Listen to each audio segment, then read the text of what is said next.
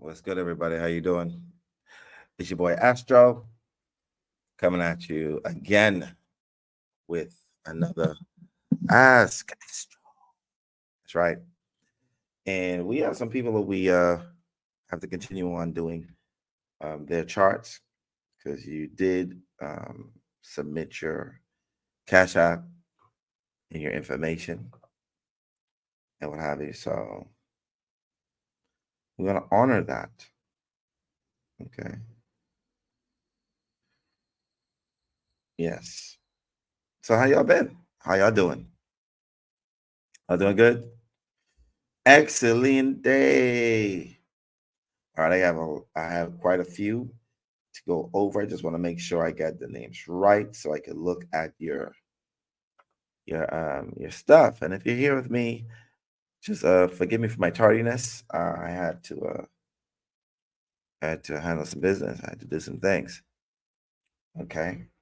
So we got people like Cherie Lene, Lauren Nelson, Asiki Love, Bran Roden, Shalonda Shante, Nukalau Slaughter, Bernadette Willis, Tanya Barner, Rahas Sarifina Aku, Ness Williams, Maria Corona Menez. So those of you guys who are here, I see that we have Shalonda Shante. You're here. Good to have you here. Thank you very much. Let's say well.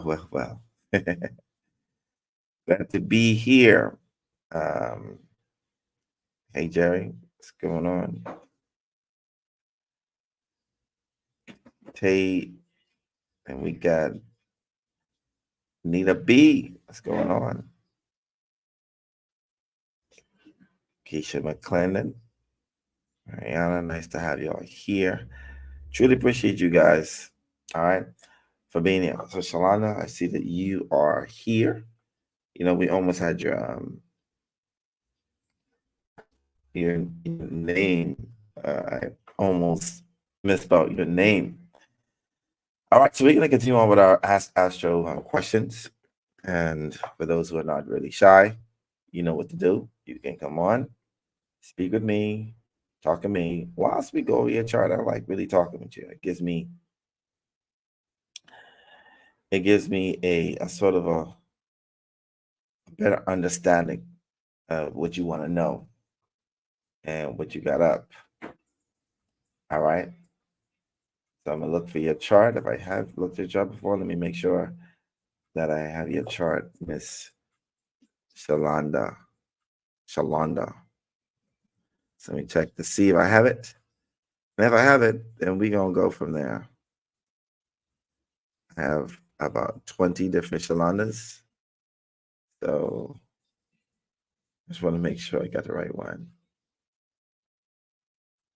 All right. Okay. So we got your name. You are Miss Pitts. All right. And Miss Pitts, you're born the 7th of February, 1983. Okay. I got that time and the place. Okay. So let me scroll up to your question. So your first question is, if you're open to coming on my live, don't be shy. I'm gonna call you right now so we can hear your voice and we could chop it up.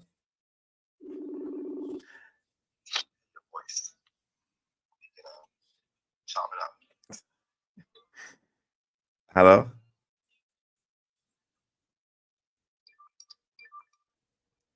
Hello. Hey, Hello. how you doing? Pretty good. How are you? Excellent, excellent. Uh, it's sort of funny hearing my own voice. You know what I mean? That echoing in the back. You hear echo? Yeah, because you probably got my voice or your volume turned up, so I could hear myself because it's sort of a lag. Oh, okay. I can't hear you though. I turned it down. Oh, I don't know. And you Is probably it echoing now for you? uh, let me see. No, it's not echoing. Can you hear me? I hear you. All right, cool. So, just to be, yeah, we can hear you a little bit. You still echoing, but it's all right. Your first question, is what transformation will I or my business? Yeah, you're echoing a lot. I don't know what it is and why it's doing that. But anyway, what kind of business do you have? Can you hear me? Yeah, I can hear you. What kind of business do you have? I'm a Reiki practitioner, herbalist. I make candles and herbal tea and stuff. A lot of Okay. holistic items. A life coach, spiritual alignment coach, I guess what I call it. You are the epitome of your rising sign, Okay. which is, that Pisces rising. I think, I'm no, you're Aries. Aries rising. Sorry, your Mars and your Venus, Moon and Sagittarius in the ninth house, and Jupiter there, and Uranus, and yeah. And then your Sun is in Aquarius, correct? Right. Yeah, those are intuitive, very, how should I put it, teacher, guru sort of placements is normally what I see when I see those combination. So I can see why you're into those sort of things. Um, what transformation will I or my business see during this eclipse season full moon? Um, Question: do you remember the time of day that your business started? Because people do not know that when you start your business has its own birth chart. I did not know that. Yes, anything that's created has a birth, and anytime you've created that, that becomes the time, the day, the place, and that has its own chart, basically. Okay, so originally I started the business with a partner. Long story short, she was trash, She was and I trash. got rid of her. And it was my business, and she was helping. So I changed the name to what it is now, and it's just me. So I don't know, if that. The moment that you change the name and you transfer, that's a new business. Okay. So that would be like March of 2022. We'll have to take a look at that, but I could tell you how it affect you as it pertains. I Okay. don't know about your business because, like I said, your business has its own birth chart. And anybody that's starting a business, if you're listening, it is important to know what time you start your business. It's important to know the date that you started so your numerology could be on point. And Oh, if your day that you started, make sure it's astrologically aligned to what you want to experience in your business. Because if it's not, if you started off with your replacements being in detriment or in fall, or in houses that it shouldn't be, then your business won't start out. It won't be as strong as you want it to be. So these are important things to take in consideration when you're doing these startup businesses. And I would suggest, like for people, this is why I would say that astrologers are very important. This is agree. that something like that could only uh, a client, just like going to a lawyer. A lawyer charges you a certain amount of time to so and so, but an astrologer wouldn't charge you that much. To get a start date within a certain time period, so it only take an astrologer maybe 30 minutes, and 30 minutes you pay your $50-$60. And tell you the truth, that would have been probably the best investment in your business that you would have ever done, more than buying inventory or anything. Knowing the astrological timing of your business is totally important for its survival. Okay. So that's That's what keep that in mind the next time you start. That's why some businesses flop after 1 or 2 years, or why some businesses last long, is because it may be astrologically aligned and from a place where they didn't even know, or that's just how it is. Now, as it pertains to the eclipse that's coming in, it's going to be in your first house. It's going to be in your first house, in your natal chart. Now, in order for me to know how it's going to affect you fully, natal and your sun, take a look at your progress chart, which I think I took a look March 5th. And Aries is now in your 11th house in your progress chart. And when I see this, and the rule of it is sitting in the 11th house, there could possibly be like a losing of a friend or an associate, somebody who you felt was really close to you. This could also can create a sort of a competition or a sort of an issue or a conflict on social media or in your social setting of friends and associates. Um, yeah. Also the 11th. You have kids? I have a son. Just one kid, right? Right. Okay, cool. Um, I was asking that because it eclipses and it's opposite to your fifth house of children. And I would always say, and your son is how old? 17. Okay, 17. We should Juno and Pisces. All right, so yeah, as the with the Mars being in the 11th house and Aries is with the sign that's going to be eclipsing.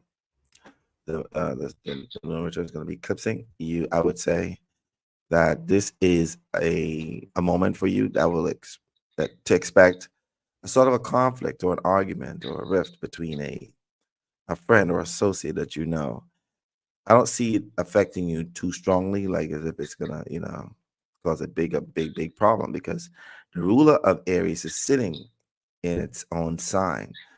So it won't affect you strongly, Possibly you may start that month of feeling as if you need to, rip apart some of your associates on social media. You may feel a sense of and when I mean rip apart, I mean in like dissect them, take away the people who feel very heavy and conflicting and what have you. But there's going to be a sort of a shift in your friends and your circle of people.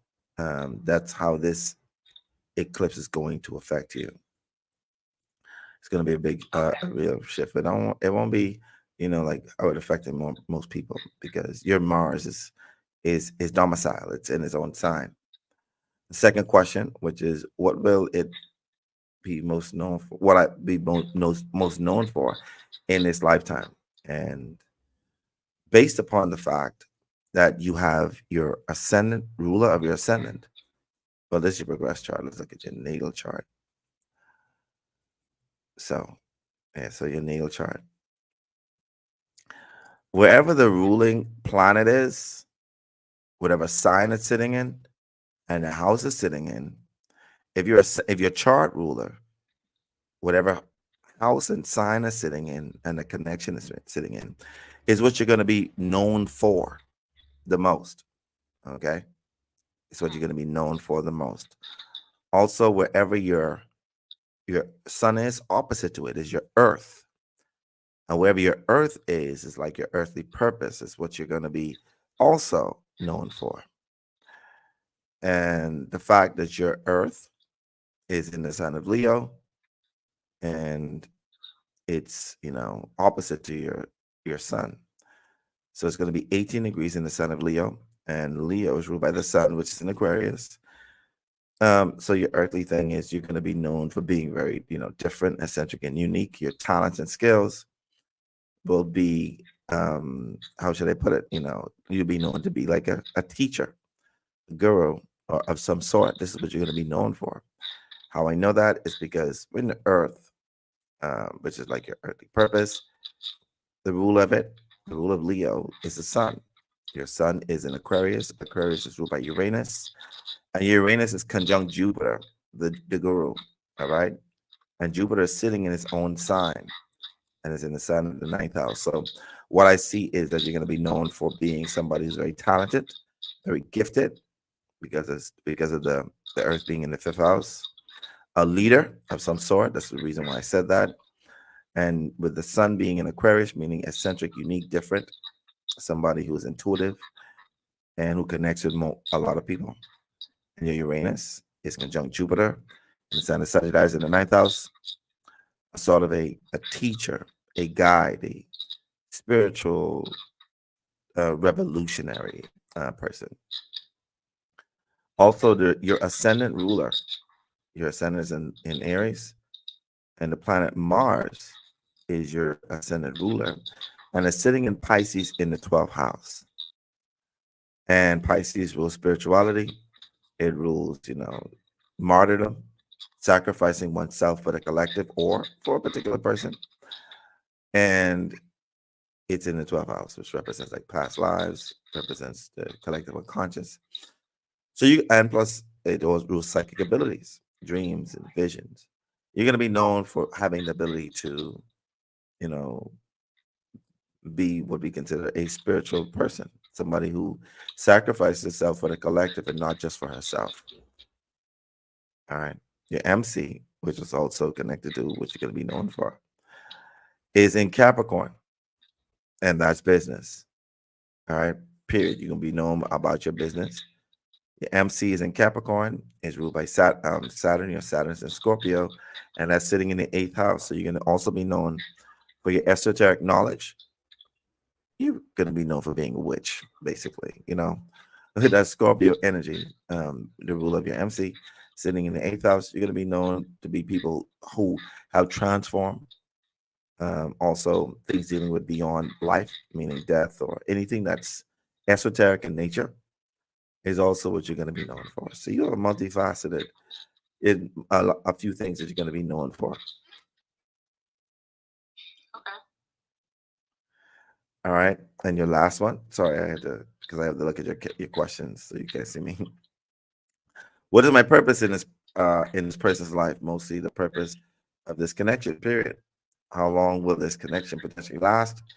Is there potential? Is there possible marriage? This is listen, sugar. You've asked in this 1-3 question. You've asked about 5 questions. I can't do that. That's a lot. And I got a lot of people to get. So you got to break that down, sugar. You got to get one question out of all of that. I really thought the one question would encompass everything I want to put out there, the stuff I wanted to know. Damn, that's a lot. That's a lot of questions. I was gonna say that too. You like, I know he's gonna be like, damn, that's a lot of questions. Well, right. So if you scroll down further, I asked you about this connection before, and then so it's over. Like the connection is over. It sounded all great in the beginning, right? And now it's over. But I keep dreaming about the ninja, and like when we talk to each other, he would like say stuff that happened in the dream, and I just don't understand the purpose. It's Well, I will say this to you before you ask me this particular question: is that you never really, from when you connect with somebody on an emotional and a spiritual level, you never really separate from that person. We're never separate from each other. We are always connected. There is no such thing as separation. And from when you've connected with that person, I know a lot of people on this spiritual journey be like, this is what they like to say. They like to say stuff like, oh, I got to cut the cord. Let me tell you something. For those who are listening, there's no such thing as cutting cord. Every single one of us are connected. Y'all got to stop with that ego shit, because that's what it is. That's some ego shit. That's some ego shit people be talking about. I know y'all don't like to hear that, but that's true. Now, if you're gonna, take a break from somebody, whether it be years or for the rest of this life, that's fine. But there's no such thing as cutting a cord, because we are all one. How can you cut yourself and expect for you? Because that's a part. That person is a part of your consciousness that you share. We all are part of one consciousness. There's no such thing as cutting loose.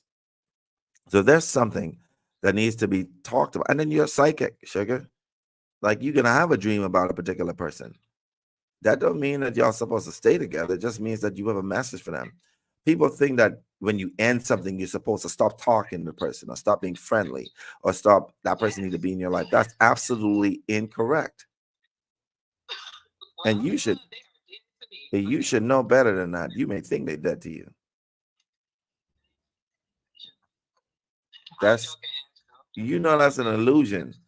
And that's why they say, what I realized? That's why men try to get back with women. And why women be like, you're dead to me, so and so. It's because that's an illusion in your mind. That's delusional. The thing that person ain't gonna, at some point cross you again, whether it be in this lifetime or the next lifetime. And trust me on this, as you know, I am very skilled and experienced in past lives.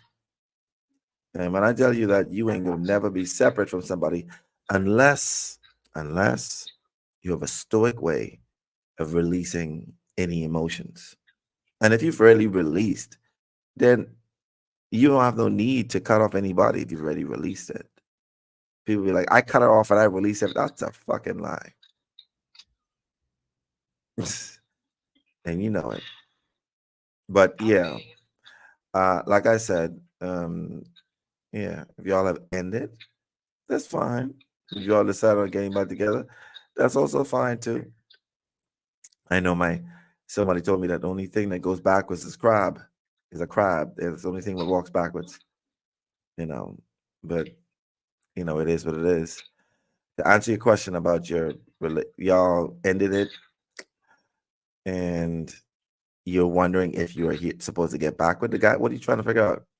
You already know. Well, I just want to, yeah, I guess I just want to know, like, what is the point? Like, what is the point? What is the purpose of this? Because it can just be over. No? Listen. I guess you're right, but the way that your chart is set up with that Venus and Pisces and that Mars and Pisces, the moment you sleep with somebody, you can always have dreams about them. You already know that. The way that this Mars and this Venus is set up in the 12th house, Mars rules sex along with Pluto. And your Pluto is in your 7th house. So if this is a long-term commitment, especially your Mars is in the 12th house, sugar, and it's conjunct your Venus, you ain't gonna never stop having dreams. If you really think about all your exes you've had, at least for a short period of time, having dreams about them too. OMG, this is wild. Right. So you understand what I'm trying to say to you is, just a message. And don't try to, be so tough where all you gotta just keep your boundary. Yeah, baby. We already passed that part where we were together, and I want to be real friends with you. If they decide on not doing that or not wanting to be, then you still stand firm and be like, listen, Really want to. you really want to sit on his face?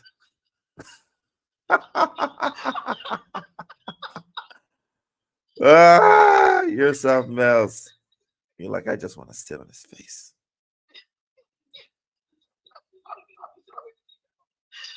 Man, you know what? You're something else. I can't even argue with you with that. Listen, just don't kill the man, because you definitely gonna have some karma. You know what I mean?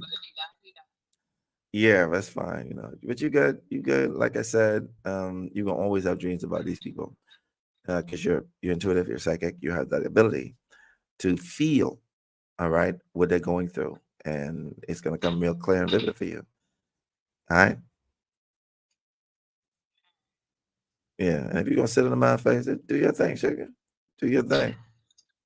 It sounds like that's the real reason why you're dreaming about him. But anyway. Yeah. Yeah. So, Well, that's your three questions. Your three questions were answered as plain as possible as I possibly can. Because it's only a 3-question submission. It's $20. I want to give you the clearest the answer. I know you want what you need to do is you need to go on my website and schedule a synastry to see if this is something and what can work. What are the hard things about the relationship? What you can work on if you so decide on being in this man's life, so that you could foster unconditional love. That would be a better scenario that you have to deal with. Okay, that you can use. And when I tell you that I break it down to the T, it gets broken down to the T. You're gonna know if the way he coughs makes you upset, or the way he snores when in bed. I just try to keep it as thorough as possible. you say how much is this industry? one of those soul reports, and I just didn't switch out one of them for the synastry because I don't know why I did. Well, you should have done that. That's what you didn't know. You wouldn't have been asking these questions right now. You'd have been like, okay, it's all right though. But sitting, yeah, thank you for choosing me always. I appreciate you. All right, Jay night. All right, next up, I got to take a look at these at the list of people who are here. My amazing admin, can you give me the next person that is on the list? Jerry say Cookie wants to. Y'all is funny. Y'all is funny. All right. Oh, that's Chanel Shantae.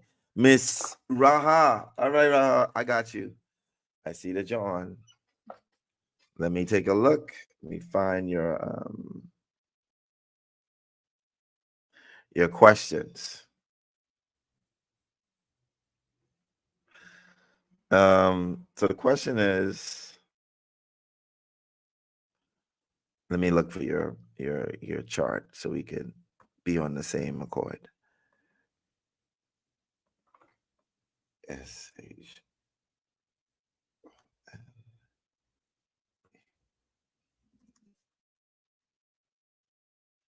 I hope I'm spelling this right. All right, I got you. So the question is, so Raha says, or Chanel, Shantae says, you got some more.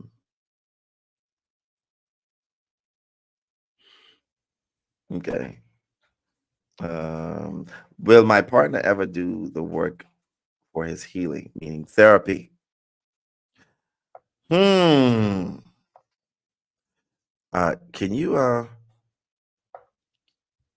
you message me? I can't remember his name. We have to take a look at his chart. Can you do that for me? Just message me his chart. Okay. Will we overcome the situation we are in currently? Let me look at your progress chart for this one. It seems like a progress chart sort of question. So let me pull that up. And there's an old progress chart. So let me give you a new one. So I'm going to answer the second question. Will we overcome the situation we are currently in? And as of lately, you've progressed into being a Leo rising now. You move from the Gemini rising past the Cancer rising, and now you're a Leo rising. And I want to tell you the benefits of being a Leo rising. First and foremost, as a Leo rising progressed, you are now more charismatic. You're more magnetic. You're more talented. You feel more alive. Okay. The downfall of being a Leo rising is you have the seventh house of Aquarius there. Wherever Aquarius is in your chart is where you got stuck in previous lifetime around the same time around another incarnation. Wherever Uranus in your chart or wherever Aquarius is in your chart is where you got stuck in previous lifetime at this very moment in time. And at this point in time, you have Aquarius on your seventh house of long-term relationships. And you have Uranus in your fourth house of home, of family.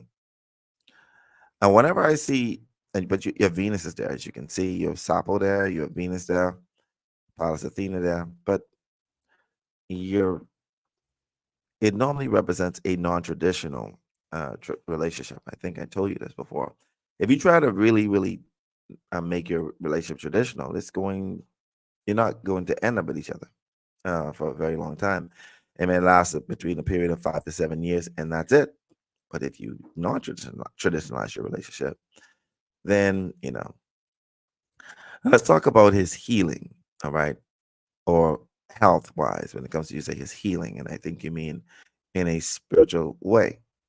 Now, the seventh house would represent him in your chart.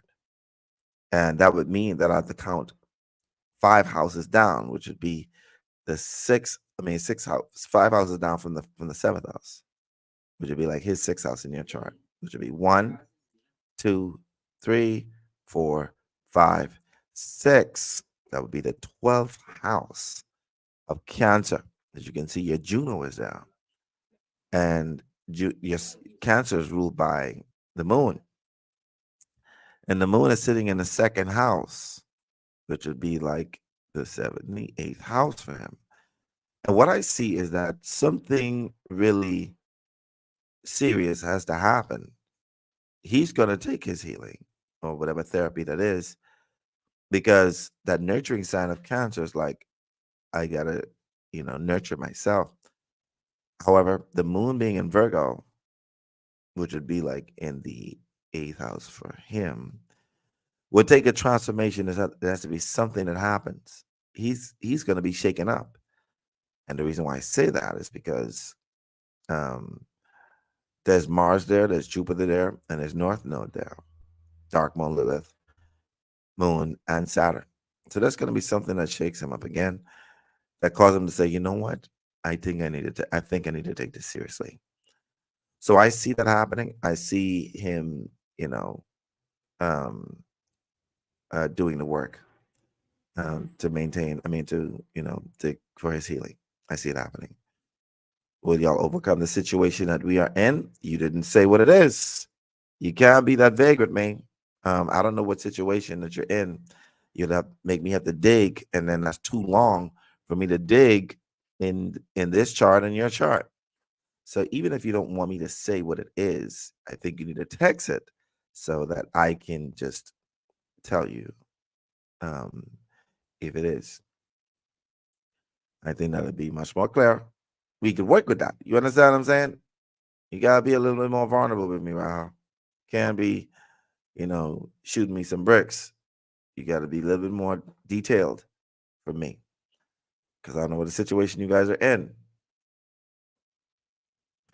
Okay, that's on your side, meaning you, him, or him on you. You're still being a little vague. You got to talk to me now. Come on, be more vulnerable. See, that's the problem. We don't like to be vulnerable. We got to be more vulnerable, Raha. You got to let me know. I'm not gonna say it on the live. I'm just gonna, answer your question, so that we can, get your answer. I want to move on to other people that I have to do sessions for. While you're texting, I'm gonna actually answer your last question. How soon should I move overseas, and will he be joining me? All right. Okay. So with your, I don't know what that was. With your, will you be moving soon? How soon should I move overseas, and will he be joining? Let's take a look at your progress chart. You have overseas is represented by Jupiter, the 9th house, and the 9th house ruler. Okay. Fortunately, your 9th house ruler is conjunct Jupiter and is sitting in your second house. And in your progress chart, that's a great sign.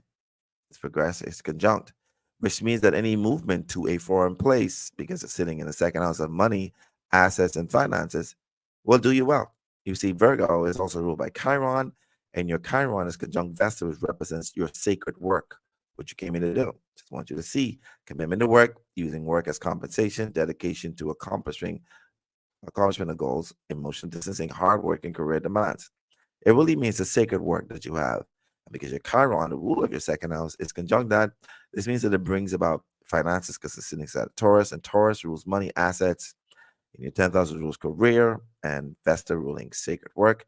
I see that anytime around between now and anytime soon, it could be next week, next month, as long as these placements are still intact, which is, as you can see, your ascendant is in the first degree, the next 29 years, I should say 28 and 7 months, 28 years, 7 months, you have the opportunity to make that decision. However, your moon only stays in the sign for 2.5 years. Okay. The only time that you will move together is when his moon turns into Libra, which will be possibly, just possibly, in the next maybe 9 to 10 months, whether it be a year. You're going to want him to move with you. That's what I see here. All right. So if you move too soon, he may not be joining you. But if you take your time and give it about maybe 8 to 9 months, he will be joining you. Okay. All right. And to answer your question about that last one, the trust which you were talking about, based upon your progress chart, with your south node sitting in Pisces and your north node sitting in Virgo in the second house, there will be a sort of a blind spot, something that comes out of nowhere, that may possibly be what you're dealing with right now at this point in time. And as you can see, Neptune is sitting inside the fifth house of partner. So there's a sort of so I understand where you're coming from. Will you get over it? There is a strong possibility of that. And that has nothing to do with it. All right. That has absolutely nothing to do with him. This has to do with you. Okay. And just know, I know that you are, fully, that way. So that's not even a question. All right. So yeah, he just needs to understand that is something that both of you did not encounter together. It didn't. That's just how it is. But you gotta come from. He's gonna get over it. It's just gonna take some time. It's gonna definitely take some time. All right. Like you say, it's a spiritual warfare. No, it's a past life trauma. It's something that you're still holding on from a previous lifetime that you brought into this one. The reason why I know that is because your south node is in Pisces, representing past life, and it's sitting in the 8th house of sex, death, regeneration. Your Neptune, which is a ruler of Pisces, is sitting in your 5th house, and your Jupiter, which rules Sagittarius, is here in the 2nd house, conjunct your Mars. So there's some past life trauma experience that you're not aware of, that you, what I would consider guilt, philosophy, whatever it is that you're still carrying around at this point in time, that is happening. Okay. You release that, do the thing over again, and voila. And sometimes you don't even know what that thing is that's actually, affecting you. So that's what you need to do. You need to release whatever it is from your subconscious mind. This could be done from a past life regression, quantum healing. A lot of people need some quantum healing. This is why around the world, I have trained close to 87 persons just so that we can tackle these sort of issues. You know what I mean? But anyway, thank you for choosing me again. Wow. I appreciate you. All right. Mr. Timekeeper, my admin. Who's next? All right. Miss Nukalau.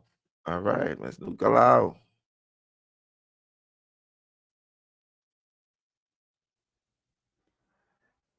I'm going to pick up your chart. If you're watching, Miss Nukalau, you better be here. Okay. Let me take a look at your chart. Let's search it. I like your name because I don't know nobody in this world that has your name. First person, only person. So your questions are, and this is your chart, who was I in my previous life? Most of these things could be done through a past life regression, but I'm glad you trust me to give you accurate information based upon my knowledge. Your second question, how will this upcoming eclipse affect me? 3, am I with the correct person for me romantically? Hmm. These are some nice questions. This to answer your second question first, how will this upcoming affect me? Health wise, you have Aries sitting on your sixth house. It's actually going to be widely conjunct your your Chiron, which means that this could possibly bring about headaches, migraines. Where's your Mars? Mars is in the second house and it's in Sagittarius. So this could also, be a shift in the area that this planet, the sign is sitting in. And Sagittarius rules the hips, the thighs, and also could represent issues dealing with like sciatica, dealing with your hips, your thighs, also the liver, because Sagittarius also rules the liver. So, being cognizant of the things you've done in the past. 'Cause what eclipse does, it doesn't bring havoc. It sort of shines a light on the things that you've neglected and did not, look after. And this is showing that based upon the fact that you have your Mars, the rule of your sixth house, sitting in your second house. And the second house rules your food intake, whatever you intake, whether it be food or drinks. And it's showing that you may have not been eating the best that you're supposed to or drinking the best you're supposed to. And it could possibly be issues dealing with that. That's a strong possibility. Based upon the fact that Mars represents inflammation, swelling of things, and that could be an issue there, Miss Nicolau. The third question, am I with the correct person for me romantically? Y'all like to ask these questions.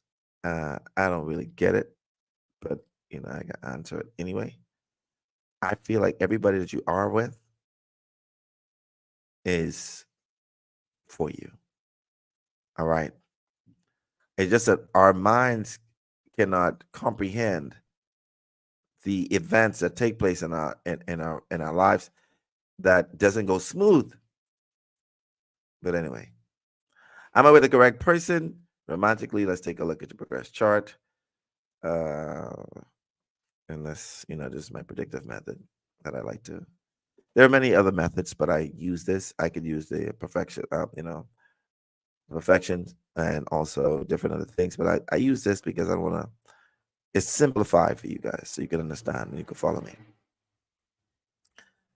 The fifth house rules romantic partners, romantically, and you have Aries there, and Aries is ruled by Mars, and your Mars is in the second house of sense of self-worth.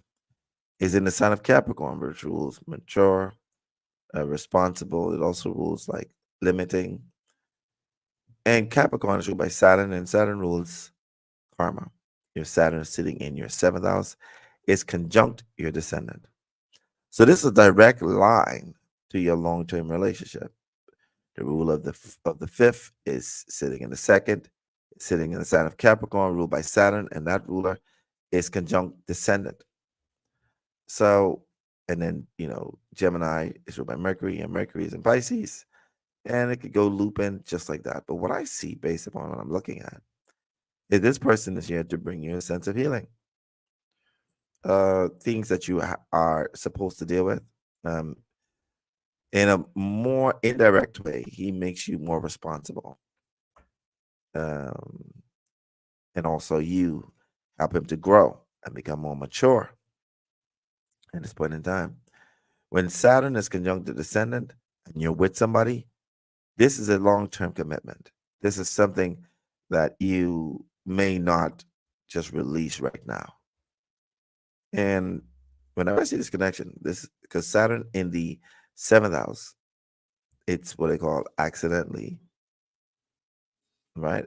It's accidental, dignified. All right, it's exalted accidentally. And that conjunction with the descendant, the 14th degree, shows that this person is the person you're supposed to be with. Don't question that again. I don't want to hear that question again. Y'all like to Not y'all like to question this sort of thing. Don't question it no more. That's straight. That's straight.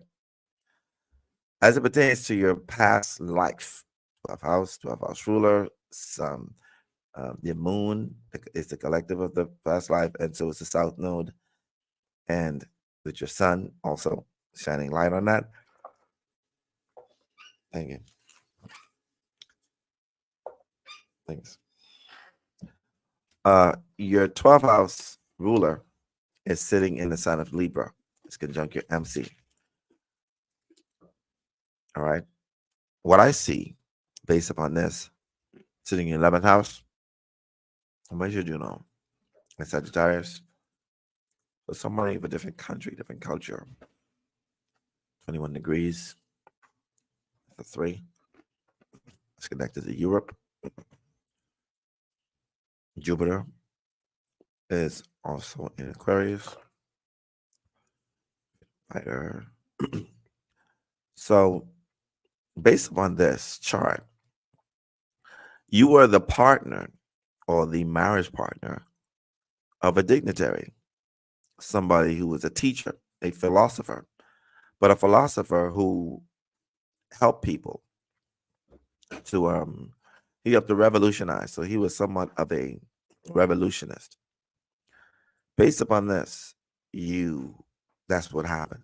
I'm gonna share with you why I said that. The rule of the 12th house, you have Scorpio there, is Pluto. Your Pluto is conjunct MC and it's sitting in the sign of Libra, which rules partnership, marriage. Whenever I see this, the rule of the 12th house is sitting in the sign of Libra. That means that in a previous lifetime, you were the person that the leading role supported. And that leading role was somebody who was in society, somebody out there. To follow it more, Libra is ruled by Juno. And your Juno is in Sagittarius in the first house. This would tells me that this person was from a different country.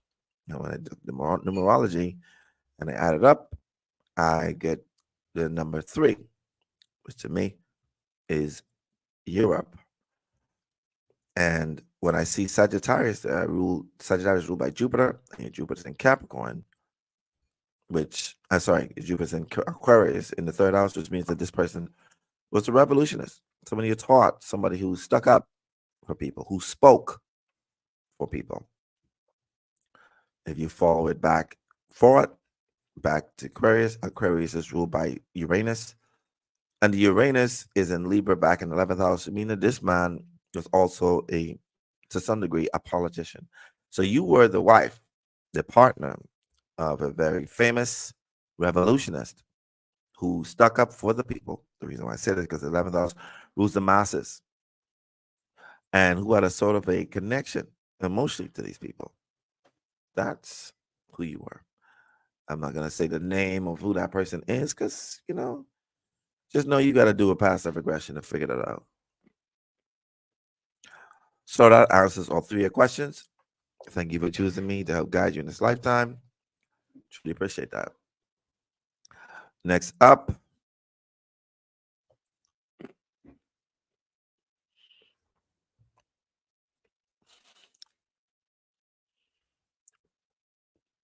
all right, next up, who's the next person?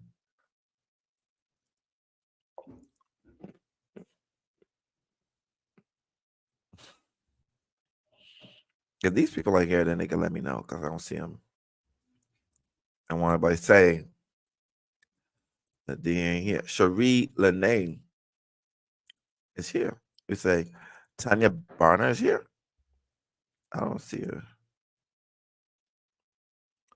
Oh, I see her. Tanya Barner. Okay. Okay, Tanya. I see you. I see Cherie as well. So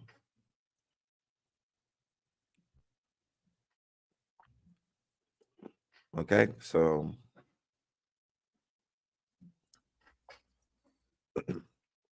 Miss Tanya Barner, I noticed that you said you were guessing your time of birth.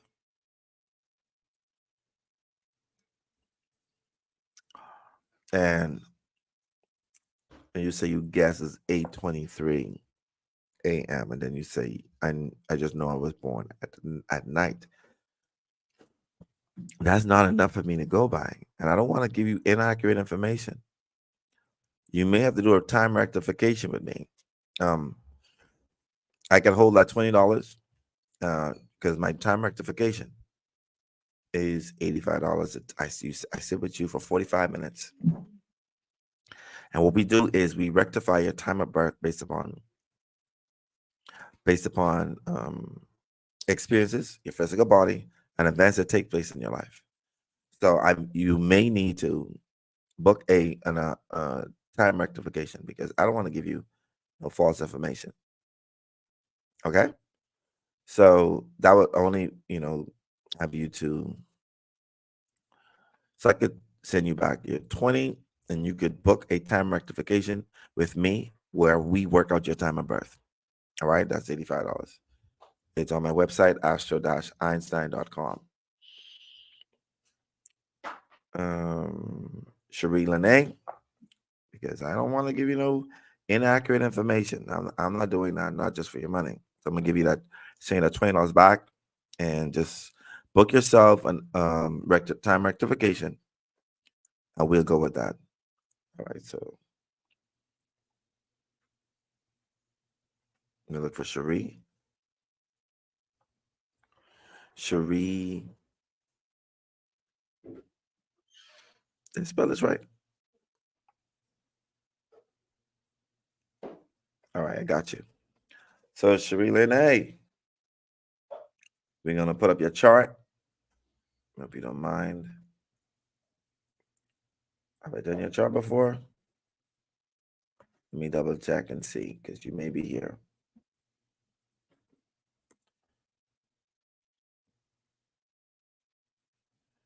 Your real name. I also need you to spell me your real name. No, I don't have your chart. Or do I? I don't. This is first time. So let's drop your chart. I'm gonna give you I'm gonna put your name as your Facebook name. And your date of birth is the 23rd of February, 1988. And you were born Springfield, Illinois at 7:09 a.m.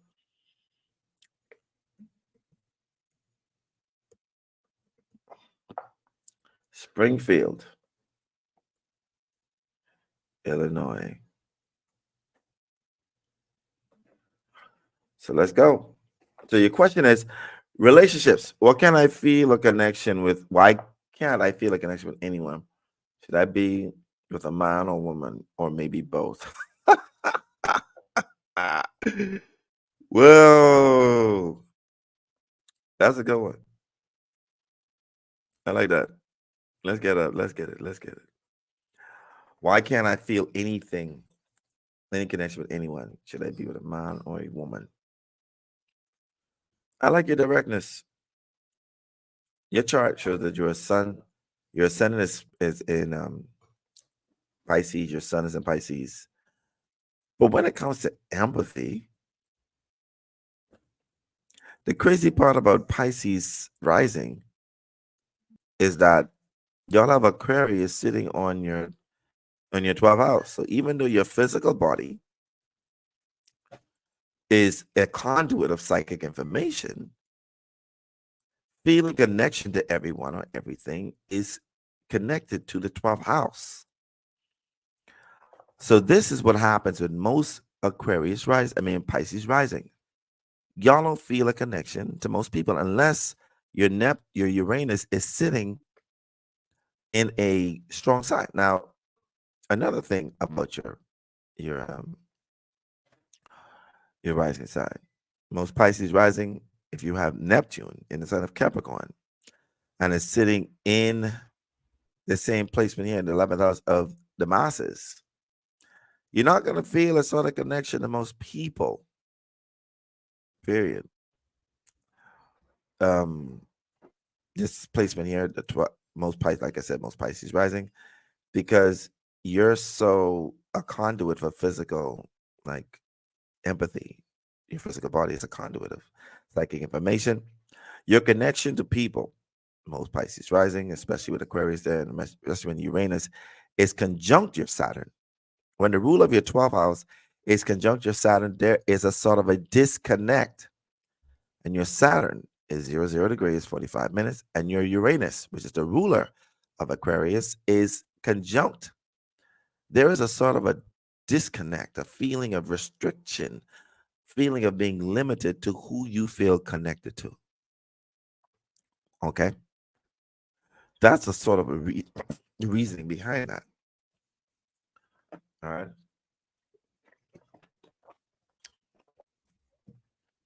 That's why.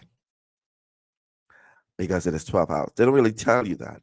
But the 12 hours is like your doorway to the connection of everybody. And the crazy part about it is you have Ceres there. So Ceres is the planet that rules, like, nurturing or being mothering or needing your love language. And this right here shows Aquarius. This means your love language is also detachment.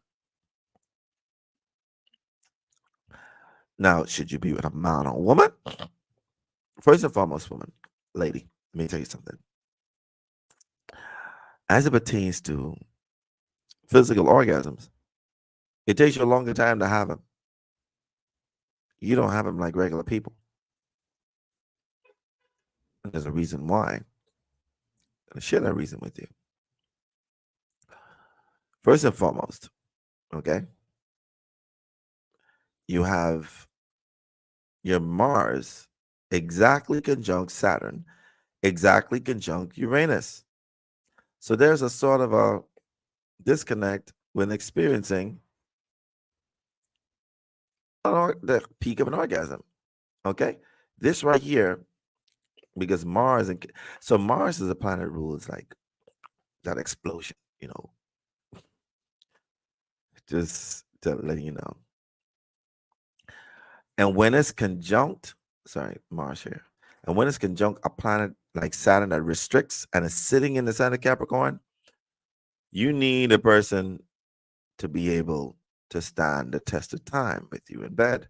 So you are going to feel a disconnect because you do not get the ultimate pleasure unless that person can stay the length of time sexually. You also have control issues in the bed. So there's a disconnect because when a woman could experience an orgasm and with a man, that's one of the things that really causes her to be drawn to that man or a woman, so to speak.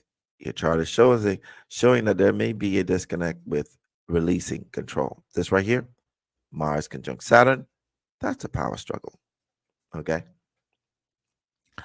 So you could be with both male and female because of your sun in Pisces, ascendant in Pisces, and then that moon sitting in the third house, variety. So I see that, but we're not going there. Second question, which is spirituality. I feel like I'm in the same place since last time we spoke. Will that change? Well, let's take a look at your progress chart and see real quick, since you say you feel like you're in the same place. Let's see. Let's see what has changed. All right. So now, according to this chart, you're now a Pisces rising. Your sun is in the 12th house.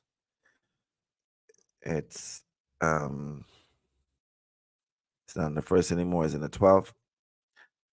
And then the ruler of your 12th house is Mars, is sitting conjunct your MC. So when the ruler of the 12th house is conjunct the MC, and the 12th house also was like connected to everything, everyone. But there's a downfall to that. What happens is you also get lost because the 12th house is the house of hidden things. So even though the Mars sort of generates, especially in that sign, it's exalted in Capricorn. But when it's the rule of the 12th house of hidden things, of hidden enemies, of self undoing, you are going to sabotage yourself things that you try to put into place is going to seem as if it's getting lost because that's the 12th house ruler conjunct the MC. So I can understand why you say that. And that's the reason why.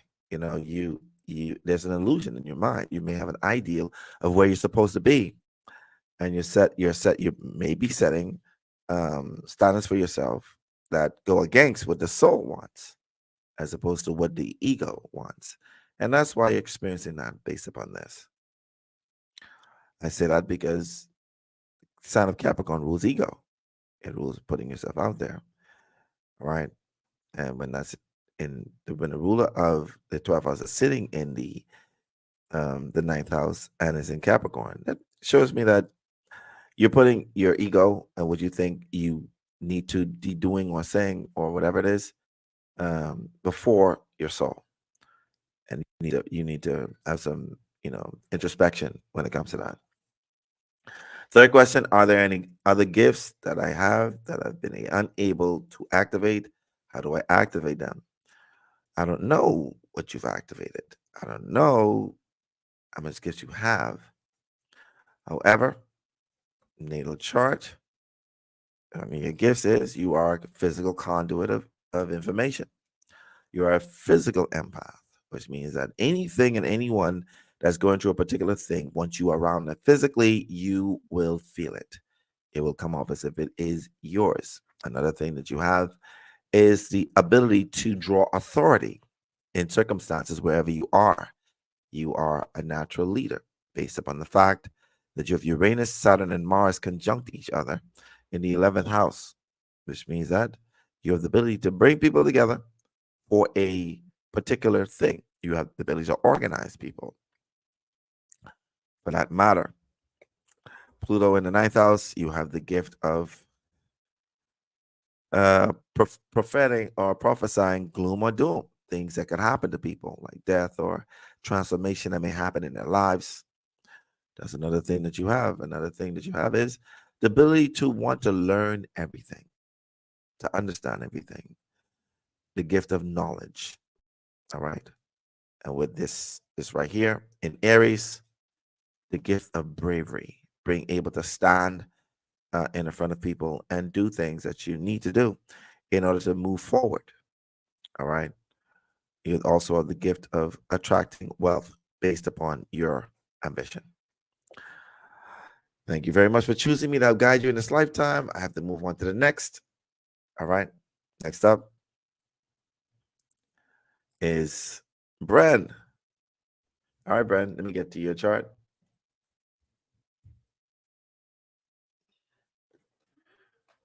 And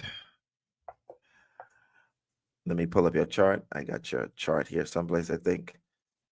And I'll be keeping your charts ready.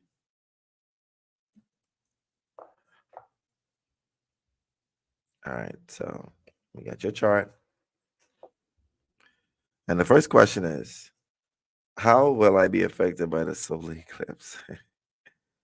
Everybody's asking about this eclipse. Well, you have you have Aries sitting on your sixth house in your natal chart. And like I said, it could affect your health. Your Mars, which is the ruler of your sixth house, is in the sign of Capricorn in the third house. And the sign of Capricorn, it rules the teeth, the skin, the knees, the bones. Your Saturn is conjunct your MC in the 10th house. And that's also, like I said, clear indication that this also has to do with, the spine. So be aware of, any sort of, how should I put it? Whether it be an injury on the job or anything dealing with a boss, because of it being in Capricorn, there could be an argument with a supervisor. If you are on a job, if you are working for somebody, or if you have a business for yourself, there can also be, an argument or a situation dealing with a whether it be a sibling or a cousin or uncle, based upon the fact of your Mars being in your third house, Saturn being conjunct your MC. It could be a shift in your career where you work at. Okay. The reason why I say that is because I'm following the trail of the sixth house because there's going to be an Aries. Aries is ruled by Mars. Your Mars is in Capricorn. Capricorn is ruled by Saturn, and it's conjunct your MC, which represents like career path. And your MC in Leo, Leo is ruled by the Sun. Is sitting in Aquarius, so this could also shift your situation at home. You know, is what I see based upon this chart. It's all going to make sense, afterwards because the eclipse takes a while. The reason why I say it's going to shift and change around your home is because Aquarius is ruled by Uranus, and your Uranus is in the sign of Scorpio, and it's conjunct your ascendant. So this could also sort of create a sense of depression or feeling of I can't help myself, or I feel like I've lost control, and you have to release it, let it go. Now, on the bright side of it, with the eclipse being there, this could also create a new sense of work. You could also find yourself using this eclipse to start a business. And this business could be in areas that deals with the third house in Capricorn, because you have your Saturn, which is the ruler of Capricorn, in the 10th house, which is in addition to starting a business based upon a talent and skill that you may have. So even though these things can happen, there's also the opposite side. It isn't gloom and doom. You could use these planets to benefit you the most. Second question: what is my spiritual purpose at this point in time, point in my life? Well, okay. So let's look at your progressed chart and see what's going on.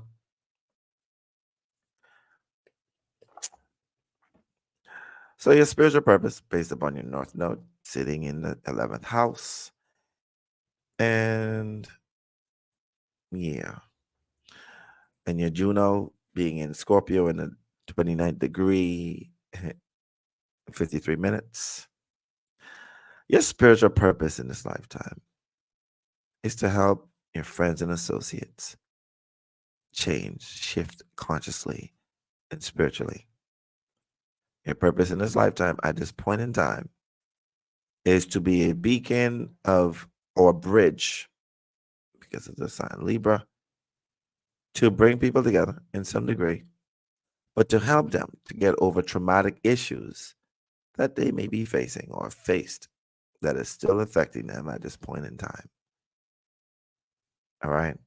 And this could be traumas dealing with their relationships, because you have the ability to tap into that because of your own traumas.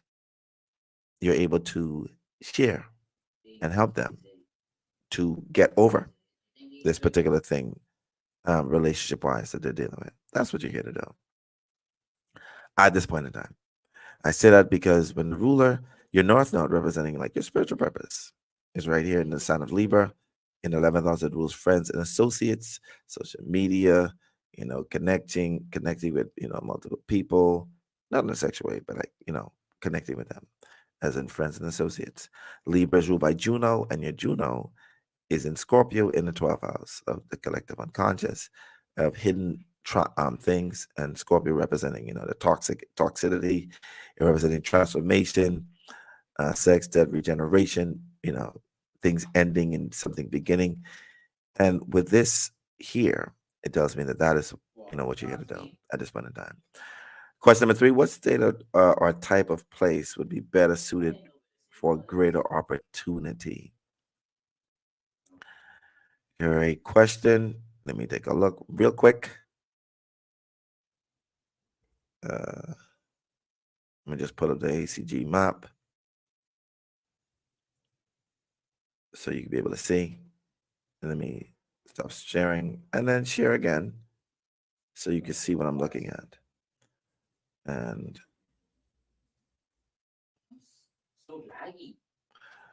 so looking at the ACG chart, if I was to zoom in just a little bit, let's zoom in a little bit, just a little bit, just a little bit. Now this software sometimes freak out itself. So, let's go here.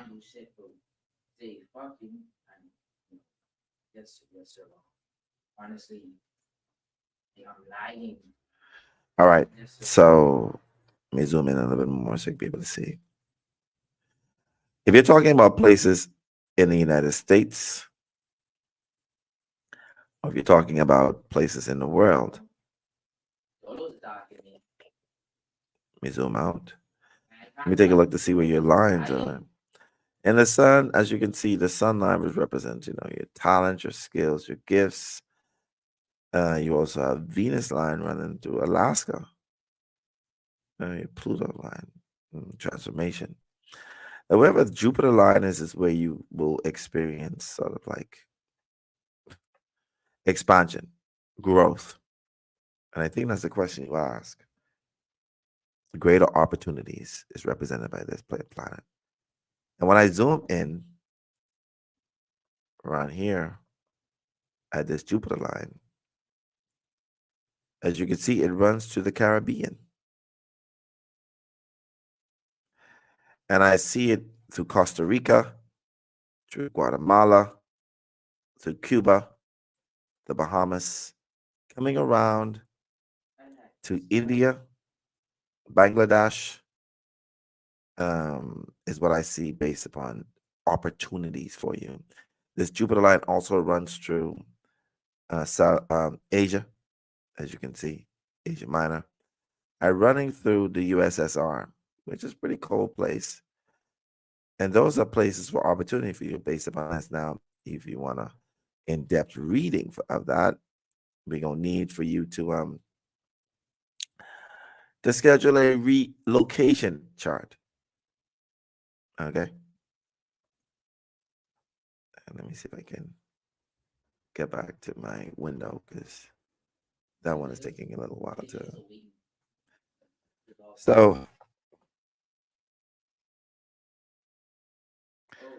So that's how those are the three questions that you have. I hope I answered them as best as I possibly can. All right. Yes, where would I thrive the most? Well, there are a few, like I said. All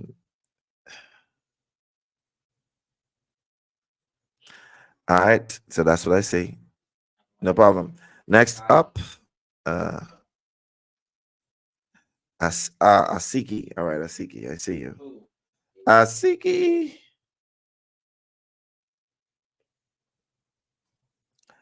All right, Asiki. I'm gonna have to put up your real name. I'm not. I know what you sent a request, so I'm gonna try to honor your request. Don't worry, everybody don't know what your request is, but I am gonna honor that. I really think that you should reconsider because, like I said, we try to instill fear in our lives when we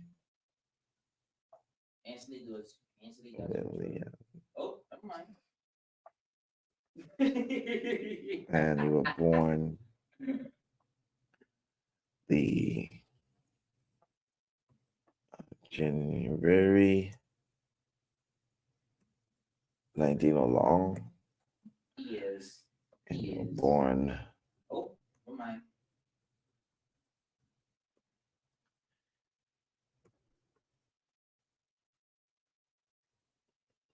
what do y'all feel about the Puff Daddy situation? As you can see on my live, I told you guys that he will not be arrested.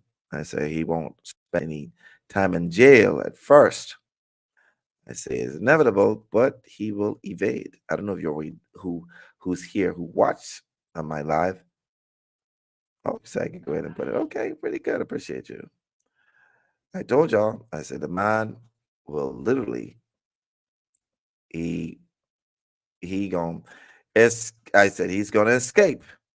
The exact same thing I predicted before anything happened is exactly what happened. All right. Okay. And I was like, see, yeah, I went on my life. I was like, wait, let me see if he's gonna spend time in jail. No, this man's gonna escape. He's gonna be free for a little bit, and then they are going to prosecute him a little stronger. later on. He is going to, but he's going to escape. I said the exact same thing. And I looked at his chart based upon my time of rectification and rectified for him, and it was accurate. All right. And I tell people never really question astrology. Astrology is something because we're in a matrix. This is not real. This right here is not real. This right here is something that your higher self has designed for you to experience as a human being so that you can evolve and grow, so that itself, or as a collective, can see itself experiencing different parts of itself outside of itself. This is why astrology is so accurate.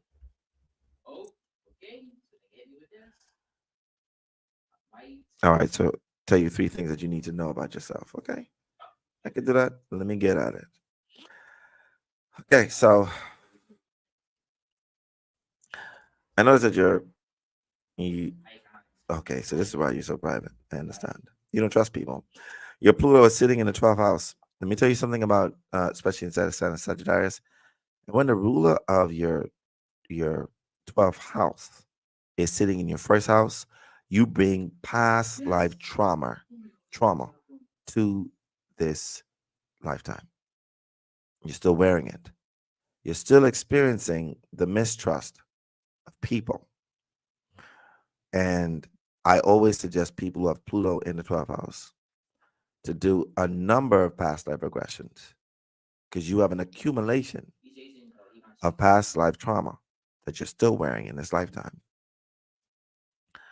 Okay. That I see based upon this. Um, However, your sun is sitting in the first house, is conjunct in Neptune. You are also a conduit of psychic information. So that's another thing that you also experience. You have to learn how to protect yourself. Find yourself wearing protective stones, you more than anything, just like the person before. You have to learn how to protect yourself. I also know based upon your chart with Jupiter sitting in your first house that your level of water retention is strong.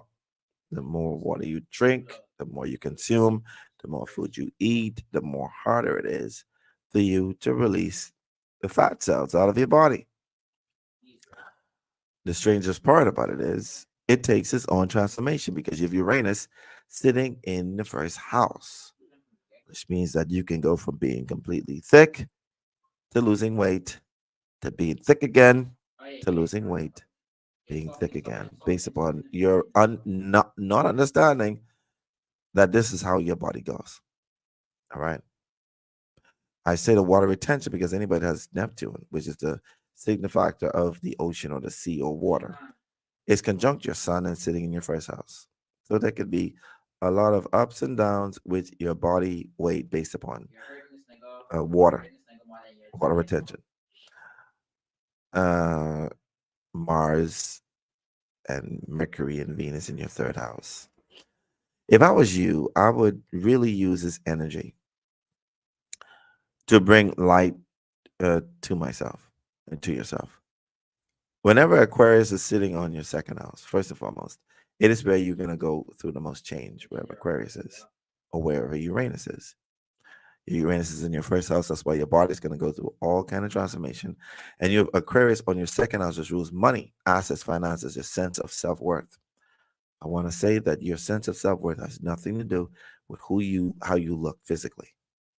And you need to learn how to release that sort of, if I don't look a type of way, I feel a type of way. And it's subconscious, actually.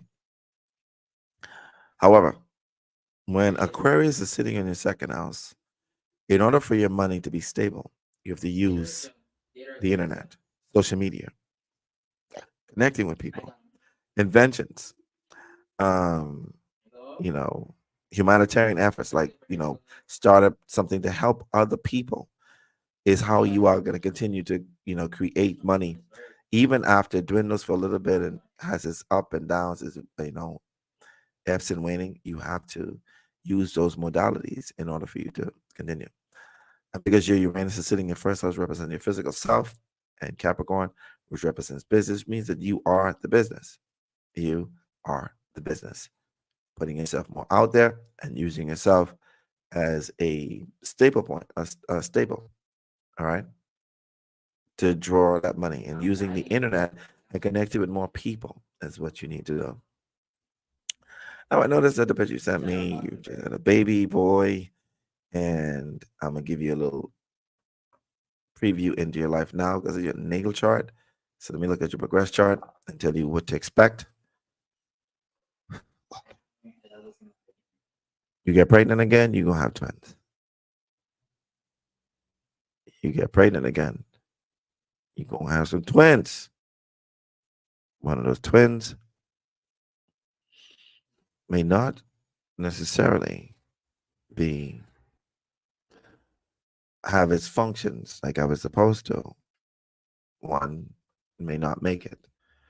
I know you don't want to hear that. I say that because the ruler of your fifth house, which rules children, pregnancy or what have you, is sitting in your 12th house and is conjunct Neptune. Neptune is in the sign of Capricorn. It rules restrictions, limitations. Okay. Whenever I see this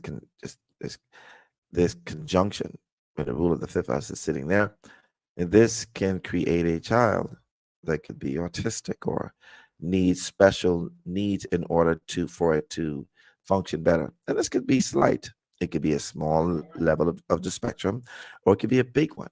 I'm not saying that the one that you have now. I'm saying that if you get pregnant again, that could possibly be the case. I also know that your moon is progressing to Libra, so you're going to feel more inclined to your partnership. I don't know if you're married, if you're in a relationship now. And I'm not following the messages. Let me look to see what's going on. All right. If you're still watching, to me, that's what I'm looking at. Is those things is what I see.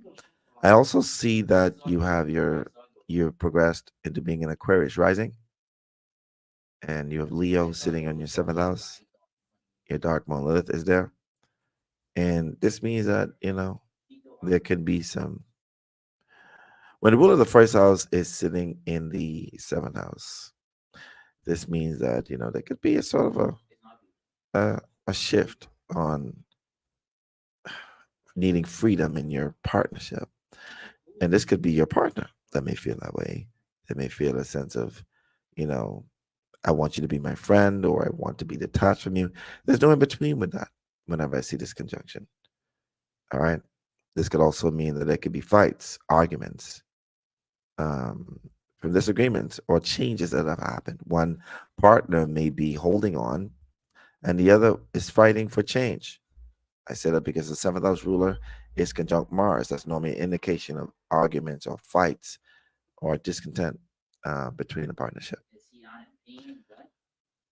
Mm. All right. Thank you for, choosing me to guide you in this lifetime. Truly appreciate you for being here and watching. All right. Next up, if we can, Ness. Vanessa Williams is next. All right. I got you, Ness Williams. Let me see if I can find your chart.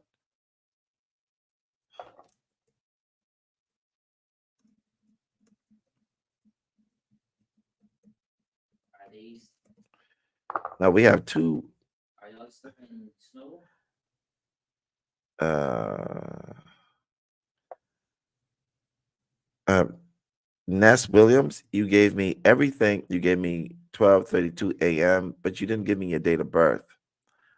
Let me see if this is the same person. No, you didn't give me your date of birth, Vanessa Williams. I don't have your date of birth. So if you can send that up to me fast enough, send as fast as you possibly can, because I don't want to hold up. So I need you to share with me more. I need more information. All right. I need more information. So share with me what you need. Oh, no problem, Mia. Thank you. I need the next person, Miss Keisha, because she didn't give me her date of birth, and I don't see no message.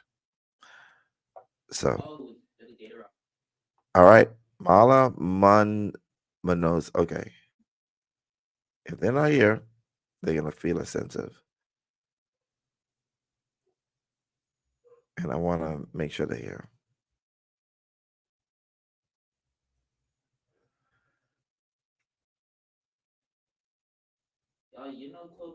Mm.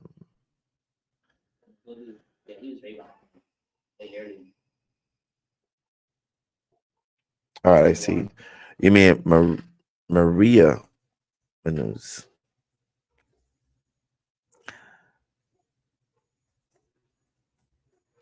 All right.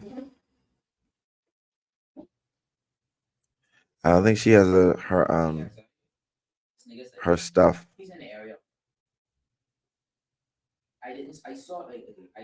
All right.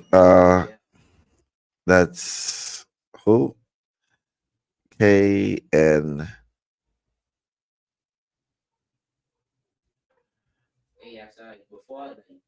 Remember, if you've sent your if you've sent your if you sent your so okay, can Nikita? Nikita? We could get back to Ness in a minute.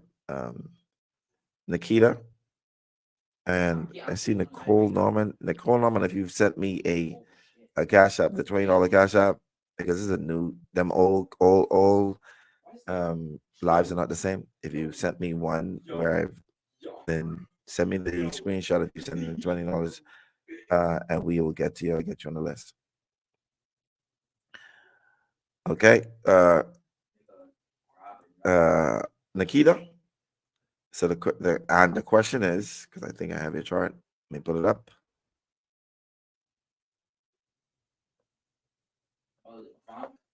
You're the first Nikita I know that has the N is silent.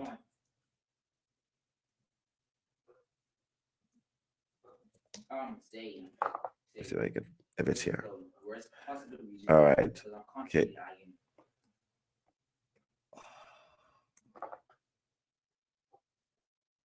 All right. I don't have your chart. This is no. So give me a second. Give me a second, y'all. Let me just put a chart up. That's KNA KITA GROVES. And you were born the 26th of July, 1988, 7:28 p.m. And you were born Hampton, Virginia. Okay. So let me just pull up your chart. We're gonna get to it. Hampton, Virginia.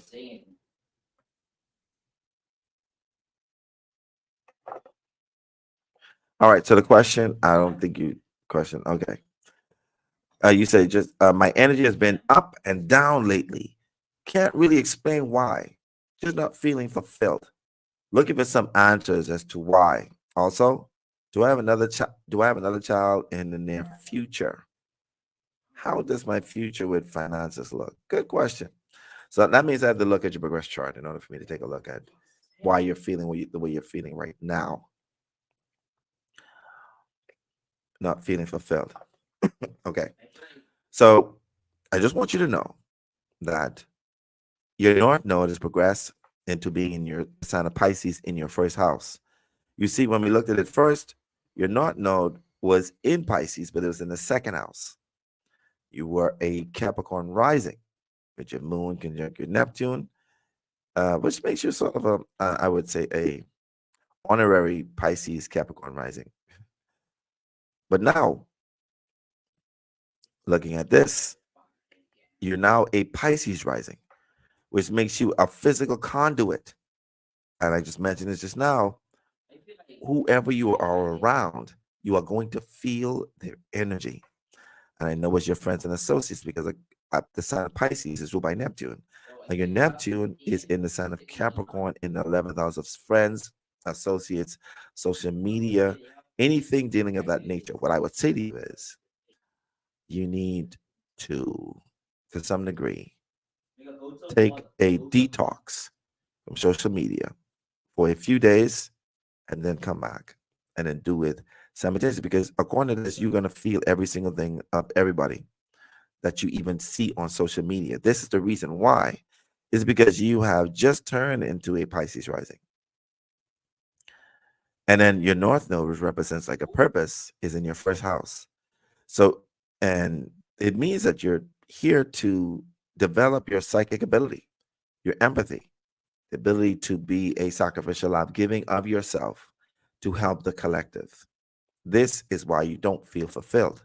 Because if you're focusing on just your career and business and money and anything that's that's 3 dimensional, you are going to feel unfulfilled. First and foremost, as a Capricorn rising, you have your MC in Scorpio and your Pluto in Scorpio. Whenever that's conjunct, that means that you feel that you need to accomplish things, that you need to be doing something, that you're never really going to be satisfied with anything that you do. You're never going to feel satisfied, is because there's never going, you have an unquenchable thirst for accomplishments. You are never going to feel fulfilled. You have to settle with what, or I wouldn't even say the word settle. I would like to say you have to feel satisfied with the things that you've accomplished, or it will never be enough for you. All right. That's the reason why you don't feel fulfilled.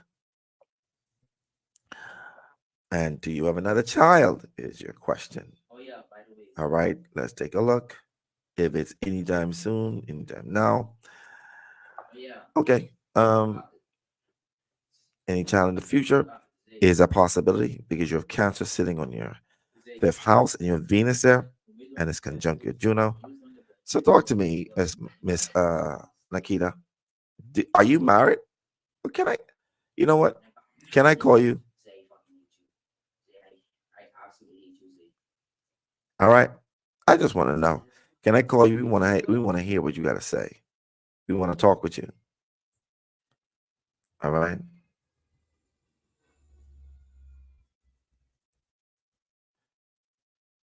Oh, Brandon, you can be on the list. Just send me your message. Send me a question.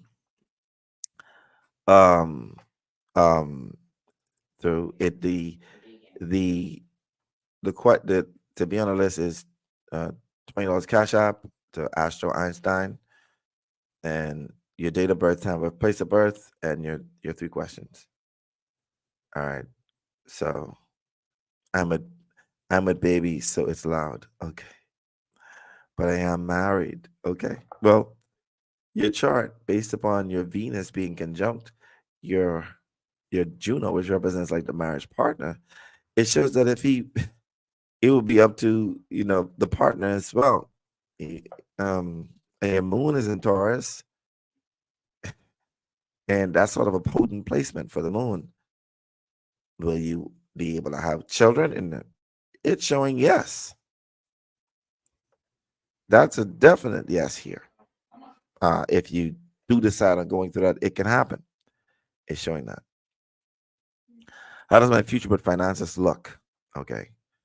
Uh, let's look at your chart again. As it pertains to your finances, the second house, which is the ruler of finance, which is a sign, the house that rules finances and money, and the way you spend money, the way you think about money, the way you receive money, is on this house. Whatever sign is there is how you receive it, how you spend it, and the planets is there also, tells you about it. Also, Venus is also an indicator of money. And because your Venus conjunct your Juno by, 7 degrees, it shows that, you can make money either through the home, real estate, if you really put your mind and effort into it. If you were to focus on that, because that's what this sign rules. It rules family, real estates, anything dealing with physical land and the home. Also, the fifth house ruling creativity. It rules romantic partnerships. It rules children. So you can also, have money, make money dealing with children, dealing with food or nurturing them as well. And also have money through your partner. your marriage partner. He may also fit the bill, like how a marriage partner is supposed to do. Your moon is in Taurus. And, well, let's get back to the second house. The second house has Mars on it, which means that you could also spend impulsively. Spend impulsively, receive it impulsively, be aggressive towards it. What I see is that the more you apply action towards a certain direction when it comes to business or anything of that nature, you could do pretty well. Let's take a look at let me share my screen itself so you could see what I'm looking at. Share my whole screen. Okay, sorry, let me just pull this up. Let me make this bigger. All right. So when you're looking at your Mars, which is the ruler of your second house, I'm gonna look at, and you have a sextile Jupiter, it's 6 degrees, and as you can see, you have an excellent sense of timing and rarely miss an opportunity. In fact, you have a sense for recognizing defining moments and a knack for being in the right place at the right time. You are a productive, energetic, and resourceful person who has the ability to organize your affairs well. Enterprising and creative, you enjoy beginning new ventures. You are competitive and a good natured way in a good natured way, and most likely enjoy sports, adventurous games, or various forms of physical exercise. Now, you know, what I say based upon this is that there can be a quick in and out when it comes to your money, your finances, and where the midpoint's at. Sorry. Midpoint moon, midpoint north node, supportive alliances, Mercury, Venus. I would say that your money circumstances, as it pertains to what we talked about, your creativity, you can focus on real estate with the partner itself, and with your action towards it is going to make it more stable. Just be careful of the amount of spending that you do, because it's showing that you could, dig yourself into a ditch. All right, next up, next person is Ness Williams. Wait, sorry. Ooh, Ness Williams. Let me pull up your chart.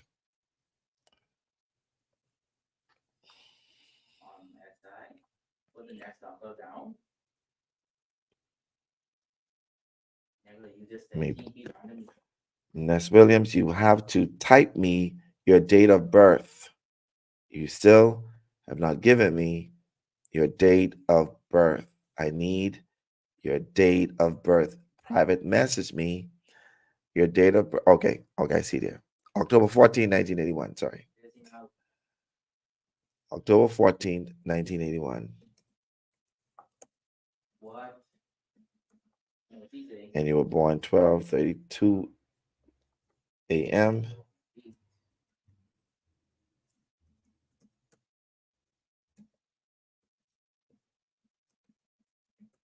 And you were born Gainesville, Florida.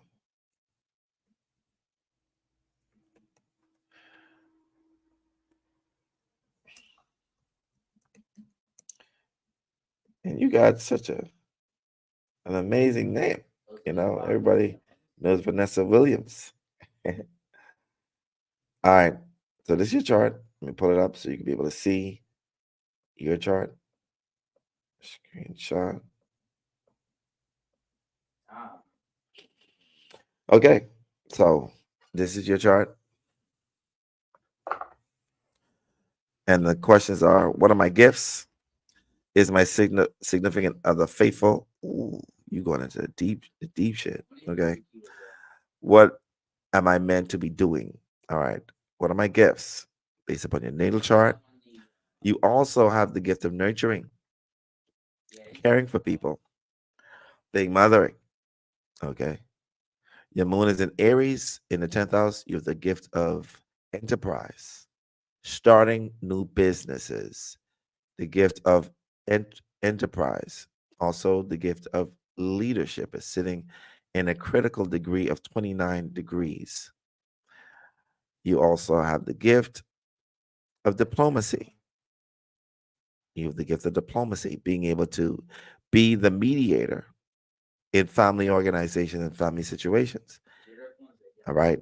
Based upon your Jupiter being conjunct your sun and is sitting in the fourth house of home, of finances. And you also have the gift of beautifying. You have the gift of design, especially in designing the home or the room that you sleep in. Your Mars is in Leo in the second house. You have the gift of inspiring people to make money.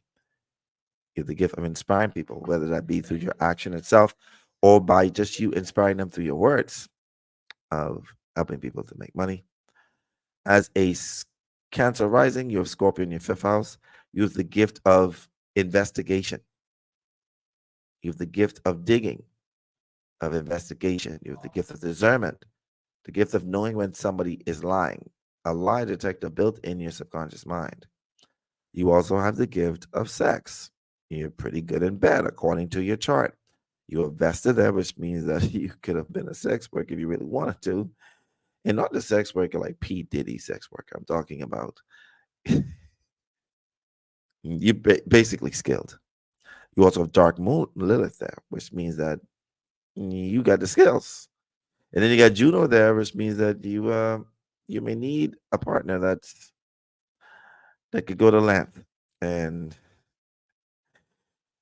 basically, your chart shows that you're pretty much skilled in that area. Another thing that you're skilled in is, you know, philosophy, spirituality, being a teacher. Because if your Venus is sitting in Sagittarius, you have the capability of actually drawing money from foreign places, foreign cultures. You also have the gift of, how should I put it, learning different languages. It should be able to come for you naturally. Uh, and your South Node is in Capricorn and it's sitting in the seventh house. You have the gift of femininity, even though you still have some masculine traits based upon that moon, based upon your Mars. You have the ability to, how should I put it, be very, very dominating, be very, should I put this, aggressive, ambitious, driven, but also organizing your partner and helping your partner and being a supporting cast to your partner at the same time. So learning, you have the capability of keeping the balance between being masculine and feminine and helping out your partner and being a supportive cast to your partner. The reason why I say that is because Capricorn, sign of Capricorn, which your South Node is sitting in, and the South Node is what you bring from past lives, like gifts, skills.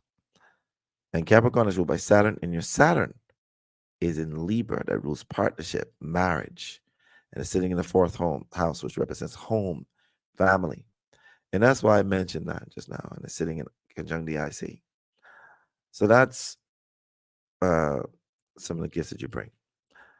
It's your significant other faithful to you. God damn, this is rough. This is rough, Vanessa. You're trying to kill me. Because I ain't trying to have no, listen, just make sure your husband don't be watching me on a live. I ain't trying to cause no problems. But we can see, based upon your natal chart, everything is your natal.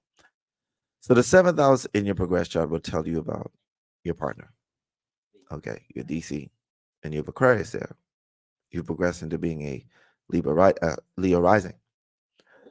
And I don't even know what you're asking this for, because according to this, you're supposed to have a sort of a level of detachment with your partner. How long if you've been married, how long you've been together, and I don't know how long you've been married. But according to this, when somebody has the ruler, so let's look and see if he has anybody. Let's see if he's dating or being with somebody, first and foremost. So the seventh house has Aquarius, which will represent your partner. If he's dating somebody, it'd be represented by four houses down. 1, 2, 3, 4. And that's Gemini there. Okay.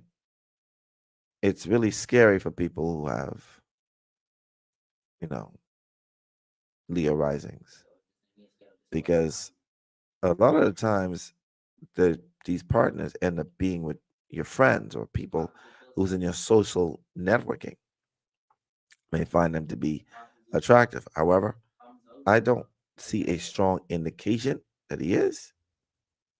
Um, your your the Mercury is in Scorpio. It's conjunct the Moon and it's in the fourth house. Uh, yeah. If it is, there's no loyalty to it. If he's deciding on being with somebody, because a lot of y'all be focusing on this stuff, and don't go up and mess up a happy marriage or relationship because that man decided on sneaking out and doing a little something secretive. I say that because the ruler of your 11th house, which is an indicator of the partner's romantic experience, is sitting in the sign of Scorpio. That means that, it could be maybe a one time thing, or it could be something that not even exist. It could be very secret. So even if you call him out on it, I wouldn't necessarily do it. I would say just just enjoy your partnership until it dissolves. Because you ain't gonna never find out. Even if I sit down and say, yeah, he's doing this, you need concrete evidence. All right. Dissolving your relationship based upon what I say doesn't make any sense unless you have that proof. Because he's gonna always say that you don't have proof. And you won't. You probably won't. All right, last question. What am I meant to be doing in this lifetime? And that's a natal chart question. And your purpose in this lifetime is to be a family woman, somebody who nurtures and takes care of the home and the family. Your North Node is sitting inside Cancer, sitting in the first house. Your purpose is to be a mom, to be a family, to be a leader. At some point, you are going to, start your own business because when the ruler of the first house is sitting in the second house in your natal chart, I mean, the 10th house, this means that your purpose in this lifetime is to start your own business. Is because I know that because your Mars is in Leo, and Leo represents your creativity. It deals with whatever talent you may have. And your purpose in this lifetime is to, even if you have a family, to start your own business, to be a leader, and use your talents and skills to attract money into your life. Now, you cannot leave out your partner because Leo is ruled by the sun, and your sun is in Libra, which rules partnership, marriage. And then you have Jupiter conjuncted, which represents luck and expansion. So stay married to your partner, even if he steps out, because in his purpose, you're supposed to be, you know, piggybacking on off him, y'all two together, and doing something great for your legacy of your children and your family. All right, who's next, Keisha? Let's get it rolling. I want to make sure we get these people. If we don't, if you have to wait a third time, that'll be tomorrow. If we have to wait, that is. I got about 11 more minutes. Maria, that's right, Maria. Maria.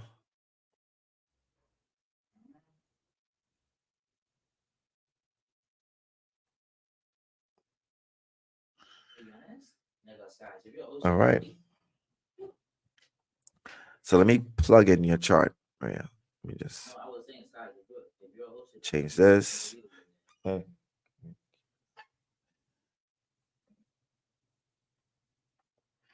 me get your name, Maria Corona Menez.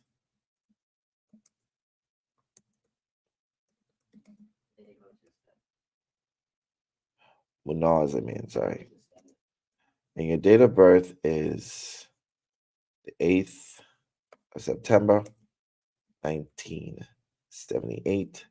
You're born 11:05 p.m. and you were born in Phoenix, Arizona.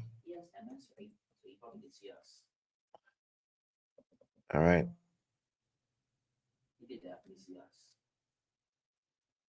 All right. So, what your question is? Um, what is my life purpose? Okay. So let's look at your life purpose. First, your rising sign is wait, is yeah. So that's Taurus. What is my life purpose? Your life purpose is located and connected to your North Node. And to some degree, you're also your Earth. All right. So if your Sun is in Virgo, your Earth is in the opposite sign and the opposite degree, which is 16 degrees in Pisces. Your earthly purpose is to be known as a spiritual leader, as somebody who helps people in a philosophical way. Pisces ruled by Neptune. Your Neptune is conjunct your descendant and is in Sagittarius, which means that you're supposed to be a spiritual guru, connecting with people in some way. That's your earthly purpose. Your North Node is sitting in Virgo, which means that you're here for service. You're here to help people. This is a part of a service. Now, Virgo is ruled by Chiron, and your Chiron is sitting in the sign of Taurus in the 12th house. So you're also here to help heal your family of past life karmic experiences. You're here to be the trendsetter of your family, all right? And to remove any karmic ties that is stopping them from experiencing financial wealth. I know that because Venus rules Taurus, and your Venus is in Scorpio, which is also ruled by Pluto, and it's connected to karma, jealousy, envy, witchcraft, voodoo, anything that's esoteric. And what I'm seeing here is that your purpose in this lifetime is to be of service, to help to heal the wounds that is stopping your family from becoming wealthy and rich based upon past life experiences. Okay. Based upon that. That's your purpose in this lifetime. Is to release the shackles. The next question: am I with the person who I'm going to spend the rest of my life with? Okay. I don't I don't know. Let's look at your progress chart. Let's see what you're doing. Everybody wants a rest of my life partner. Now, this tells me about the long-term commitment. You are Cancer rising now. You have Capricorn sitting in your seventh house, and it's conjunct your Juno, which represents the long-term partner. As you can see, you have Juno 6 degrees from your descendant, and Capricorn rules like longevity. And then you have Saturn, which is the rule of Capricorn, in the third house, but it's conjunct Nemesis, which means that some days you're gonna see him as the enemy, and some days you're not. You leaving your partner for any particular reason will turn him into an enemy. Nemesis, like I said, represents the enemy. And if the rule of your seventh house is conjuncted, this could be a clear indication. But however, are you with your partner, your long-term partner? Based upon this, it is saying a yes. Do not question that again. Last question: am I on the right path with my life career, or do I focus on my own business? 10th house ruler, and then your MC. I don't know what you do for a living. I need you. I'm going to call you so we can find out if you're on the right path. I don't know what is it you're doing, so I'm calling you now. And you did not answer. I'm going to try calling one more time. And if you did not answer me, okay, I guess you don't. Okay, now you're calling back. All right, Marie. Hey, Sugar. What do you do for a living? Hey Astro, you actually have the year wrong. It's not 1978, it's 1979. I don't know if that makes a difference. Oh, it makes a whole lot of difference. Trust me on that. Because if you look at the message that you sent me, I want you to look at it. You sent me 1978. Okay, hang on. I can show it to you. You sent me 1978. I did, you're right. I am so sorry. Yeah. So I can only go by what I see by what you sent me. Okay. Um, Yes, it should be 1979. Right. So I didn't get it wrong. You had it wrong. I did. Okay. All right. Cool. So that shifted a little bit, but not a lot. Yeah. Not a lot. Let's take a I'm look. so sorry. It's okay. I always tell people to give me the correct information. It doesn't shift a lot. Not a lot. Except for your Mars change sign. So I can give you a little bit. I don't know if I could go over because it was not my fault. You gave me the wrong time, wrong date of birth.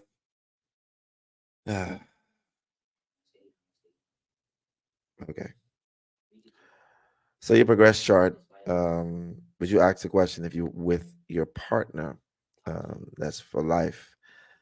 You should have kept it with at the at this 1978. I don't know. Your M's your progress chart is showing that you still have Capricorn in your seventh house. Saturn is in Virgo in the third house, but it's conjunct Dark Moon Lilith right here. Now, how long you been together? On and off for 19 and a half years. Y'all are married? We are, but we've been married for almost 7 years now. Okay, excellent. Um, yeah, that's gonna be on and off. That Dark Moon Lilith conjunct the ruler of your seventh house. Well, be an indication of rocky grounds. It means that one of you is not ruling. The other is trying to at times try to um, control the relationship, and that could cause a problem from a subconscious level. People don't even know that they're being controlling. There's a strong possibility that one of you do. Now, your Juno, which represents the marriage partner, is conjunct your ascendant. Are you with the partner? This is just as good as having your Juno conjunct the descendant. This is your life partner. This is your marriage, your long-term partner. So you know that to worry about. Okay. Hello. Sorry, say that again. Say that again. I say you are with your life partner. Okay. Y'all been together for life. God damn it, it's been 20 years. 25 years in jail is life. It's what? I'm sorry. 25 years in jail is life, and y'all been there close to that. That's funny. I'm just saying. All right, last question because of that. Your life purpose, based upon your North Node, and like I said, your North Node is sitting in the fourth house. Chiron is in the 12th house. It's ruled by Venus. Your Venus is sitting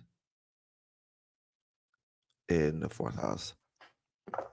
So you're here to still, like I said, is to remove the shackles of past life trauma that is connected to wealth, to your family. That's what you're here to do. You're here to heal the wounds. And for some apparent reason, in previous lifetime, you were a part of that.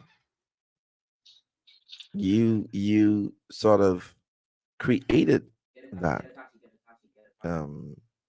those shackles. And Okay. this I mean, that makes sense. okay. It makes sense in that. I mean, I've always kind of felt that way. I mean, A sense of responsibility, how to right? explain it. You always felt like a sense of responsibility towards your family, correct? Yes. Right. That's because in previous lifetime you did that. I will tell you why. Astrologically, the North Node normally represents the purpose in your life. Okay. Now, in order for me to figure that out, I have to look at the sign it's sitting in and the house it's sitting in. The fourth house rules family.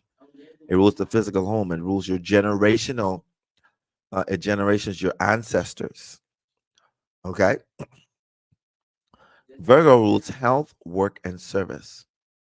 Now, Virgo is ruled by this thing right here called Chiron.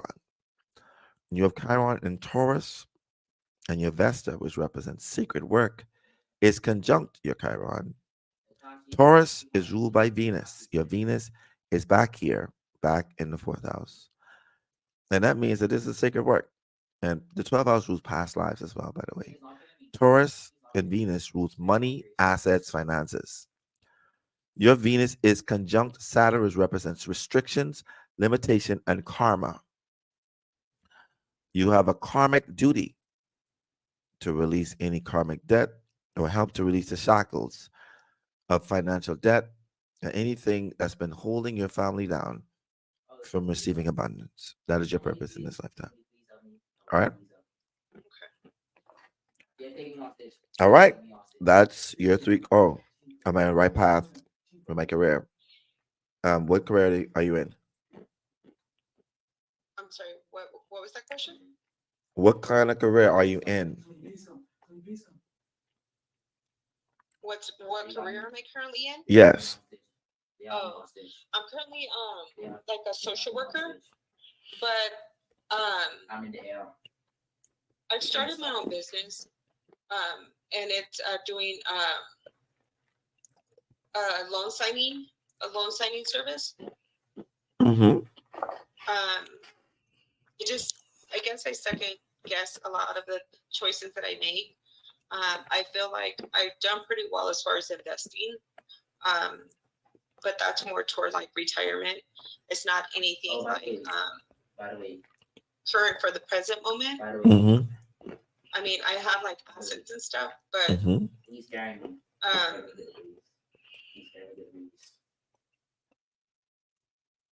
I just don't. I just don't know if I'm on the right path as far as like whether I need to stay where I'm currently at with my current employer, or if I need to maybe pursue and focus more on my business. Which is a loan signing?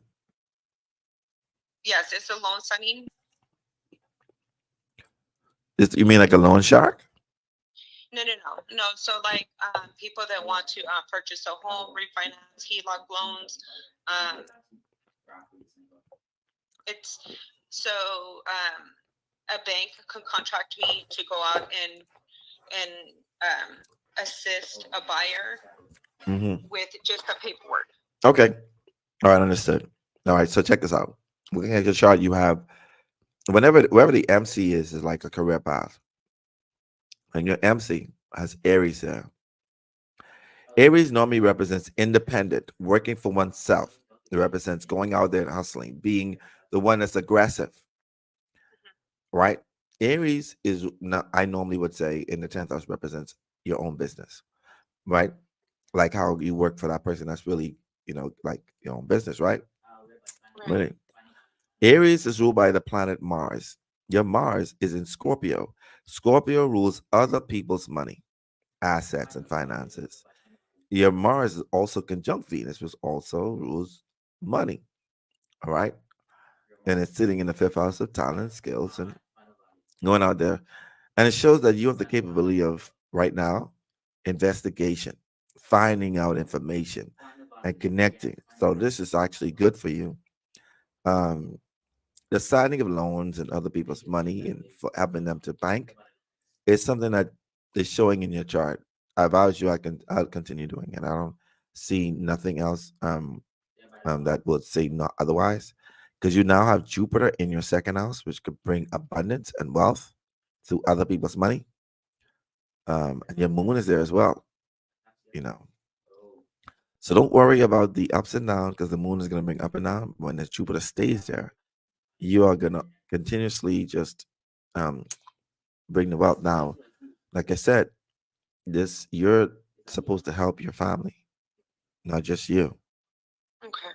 And I'm talking about not just your family, like the one you made, the one you were born in, like your cousins or your sisters or your brothers or your uncles. This is something that you're here to help in ways that doesn't, cause yourself to be poor, but also exalts them and help them. And this could be from a spiritual perspective. So, do your research on it. But that's what I see here. Okay. Okay. All right. Thank you for taking that call. Thank you. You're welcome. Good night. Bye.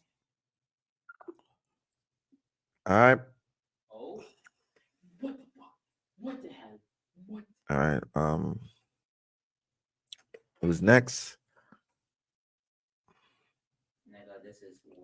All right, Nicole Norman. Nicole Norman. Let me see.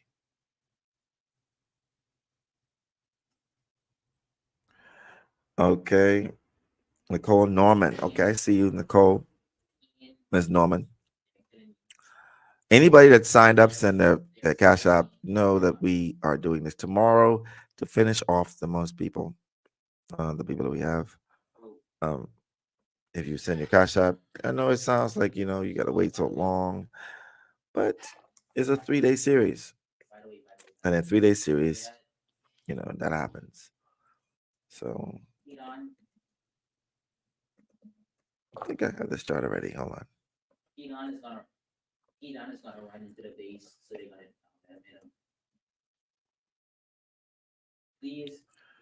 Nicole.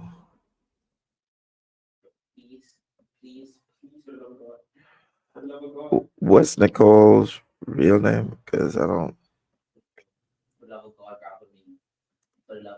September 27th. Okay, let me look for it.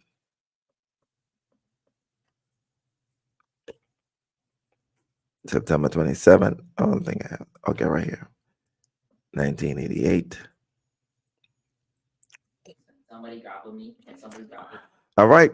So the question is, I want to know what's my purpose. What am I supposed to be doing?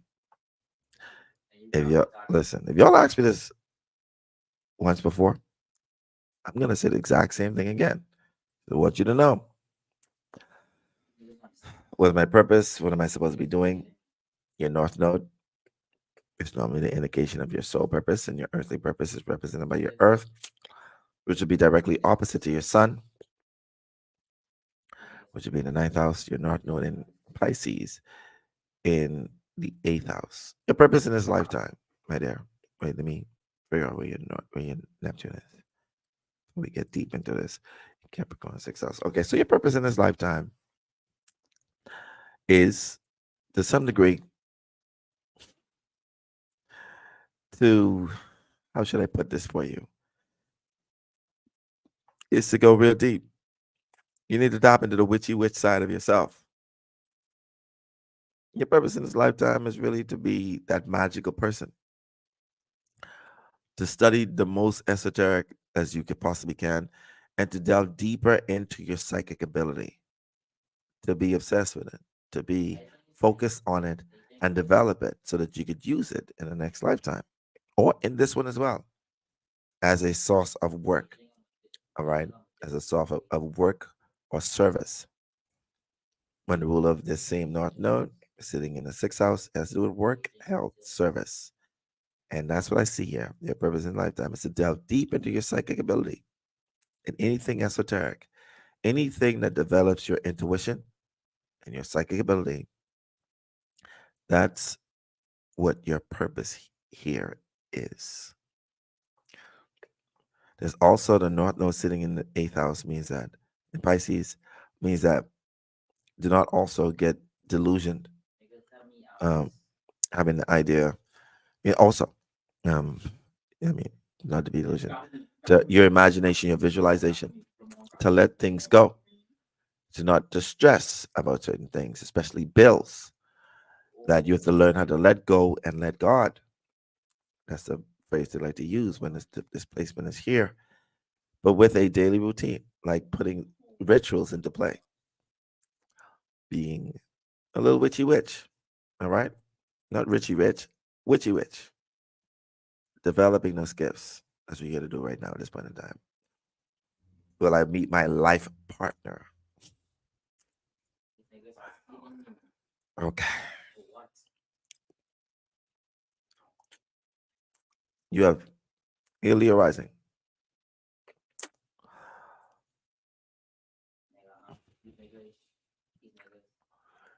You gonna have many life partners.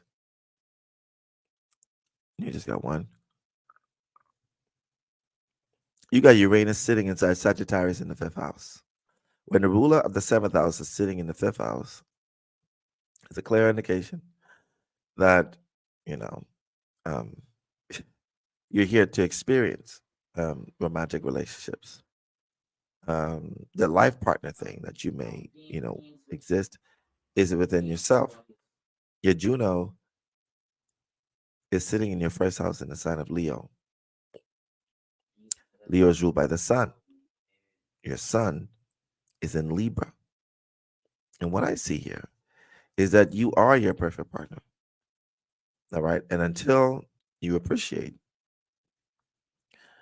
until you appreciate your uniqueness and yourself completely and fully, that partner will be as elusive as possible. You are to be the partner that you want for yourself, and that partner will show up. But because Aquarius is sitting in your seventh house, just like myself, you could get distracted in long term relationships. And that is not what your soul wants, because Uranus is also there in the fifth house. That shows you also that you get distracted in romantic situations. So the life partner thing is not necessarily what you're here for. Even if you do experience it, you're not to be solely focused on that. Your purpose is to develop your psychic ability, your spiritual gifts. And if partners come along and they come and go, that's fine. Last question. Will abundance catch up to me in this lifetime? Let's take a look at your second house. Your south node sitting in Virgo. And when the south node is sitting in Virgo, especially in the second house, this means that in previous lifetimes, you worked your ass off for your money. You worked your butt off. Almost, almost always. Okay. Now, your ruler of your second house is in the 12th house of past lives, and it's in the sign of Cancer. Your moon is in Aries in the ninth house. And what I see here with the North Node being in your eighth house, you are to use your spiritual gifts, your witchy stuff, to draw money, to draw finances towards you. You are to use these gifts to manifest, to let go and let God to create these things for you. All right. The more you believe, the more you release the fear of not having enough, is the more that you draw attention to your finances. All right. I hope that answers your question. All right. So, like I said, if we've missed you, if we've missed you being here, then we can always get you again. I see we have one or two persons that is here, and we thank you. We appreciate you. We're going to be doing this tomorrow for one last day, just to help you guys out and to help out in a way each other. As I pour into you, you pour into me, and it'll be great. I hope you guys enjoy. Wait, Keisha, I have one more. I gotta get this person. This is the last person, I promise. All right. All right. So I'm gonna be doing this last person because we got some work to do together. So, let me put his chart up. Brandon Barnes, you are next. If you're listening, you are next. I'm gonna be pulling up your chart right now. And let's look at and you were born to Tulsa, Oklahoma.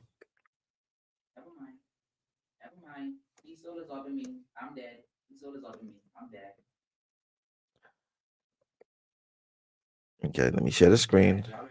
Last but not least, definitely.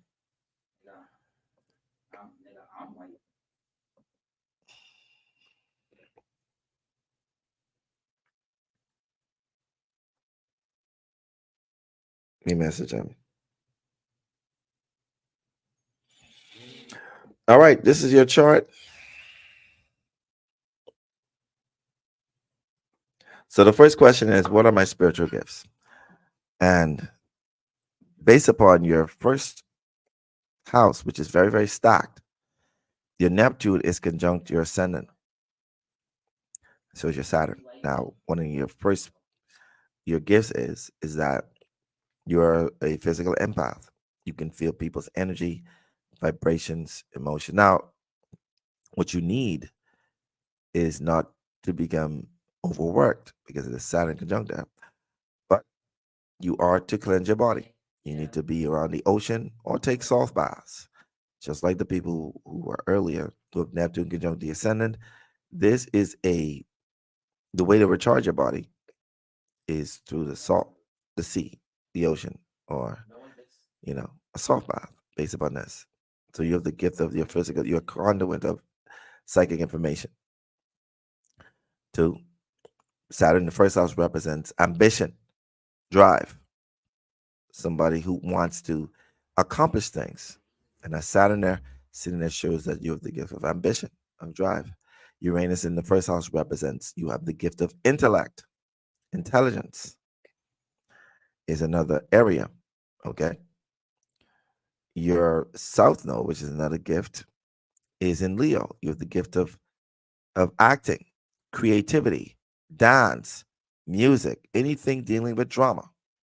Your Mercury is there, and so is your Bacchus, which means it's just sort of addiction to it, being in the limelight, in the spotlight, because Leo rules the nest. He rules nest. This is just how it is. Okay. This is what I see here based upon this.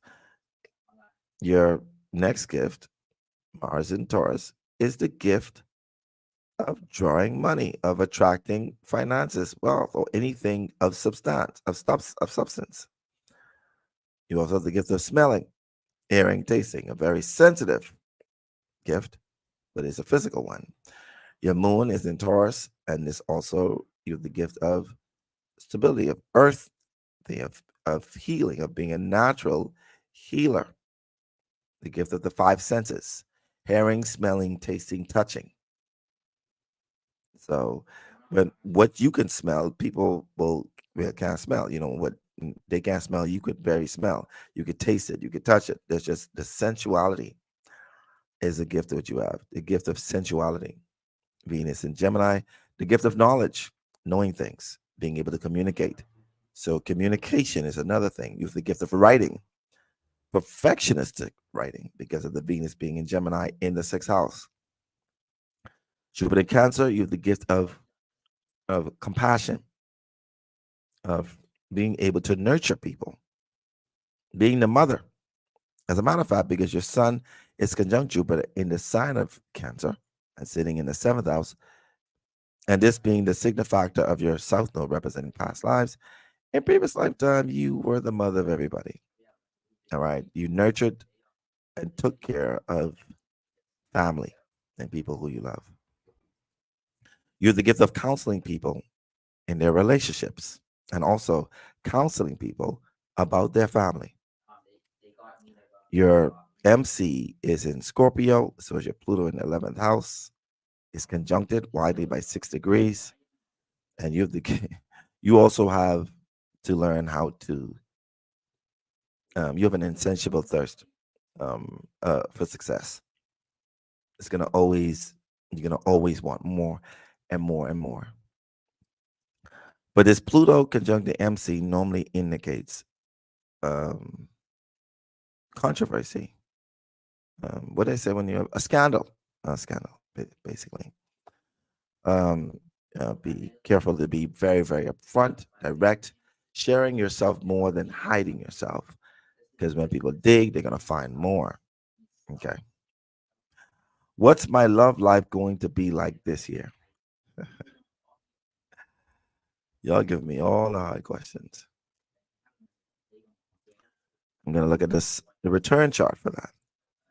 And let's take a look at your return. And we're gonna look at July of this year.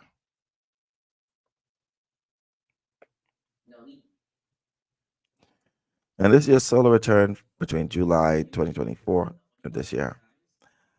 And love life represented by the fifth house and the fifth house ruler and the sun. And as you can see, your fifth house has Virgo on it. You're going to be a lot more picky and nitpicky at people that you start to date or talk to. Now, Chiron is ruled by Chiron rules Virgo, and your Chiron is in the 12th house, and it's in the sign of Aries. All right, and Aries is ruled by Mars, which is in Taurus, conjunct Uranus, and I can see unconventional relationships. This is normally an indication of past life because it's in 12th house, and when the rule of the 12 hours is conjunct Uranus.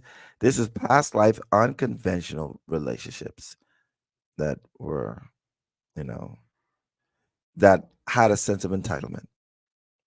Okay, because Taurus is ruled by Venus, and Venus is in Leo. And it's in the 4th house, but it's conjunct Vesta. What I see secret relationships, dealing with work or working in some degree. I see working with a partner because of Juno being in Virgo in the 5th house. I also see working with a partner, or, because Toro normally represents bullying or somebody who, either find themselves being superior over you or you being superior over them and being like a sort of a sex slave to your partner.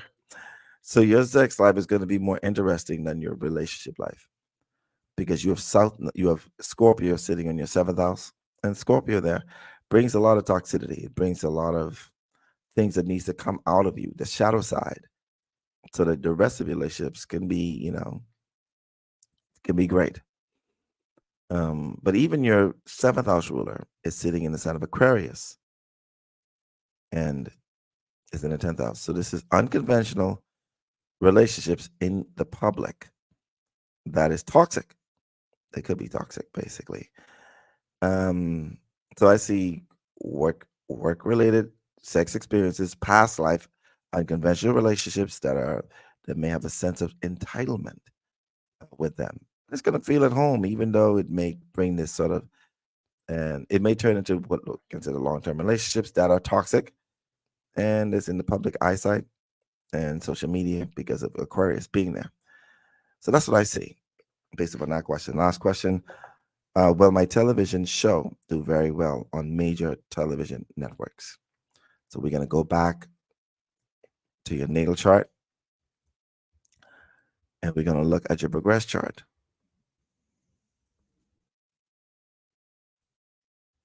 And this is what we're going to see. Your Pluto is conjunct your Juno, and it's in the 10th house. Okay. Anything that you try to get to into is going to be successful. You've progressed into being an Aquarius rising, and Aquarius represents social media. It runs friends and associates, humanitarian effort. You're going to be known for this. However, the ruler of the first house is sitting in the 12th house. Okay. Or when the business, or your, like you say, your television show, which is like a business, then the ruler of the 10th house is sitting in the 10th house and is conjunct this right here, which is the ruler of the 9th house. I see it going abroad, not just here or where you live, but also when the ruler of the 9th house, which rules foreign places, foreign cultures, is conjunct this Pluto. This means that it's not only going to do well here, but also in other countries as well. All right, so that's my synopsis of that chart. I hope that help you understand based upon this. All right, thank you very much. Appreciate you guys. Y'all be safe. We here tomorrow. I'm gonna make the post. I'm gonna come on, and as you can see, we finish our list. If you have somebody that wants information and needs to know things, then we're gonna be here tomorrow, a little earlier than we were today. All right. Enjoy the rest of your night. Thank you guys for being here. You could have been anywhere, but you choose to be here with me. I appreciate you. You know, my admin Keisha, she appreciates you. And we all appreciate you. Thank you for being vulnerable and open and receptive to this information.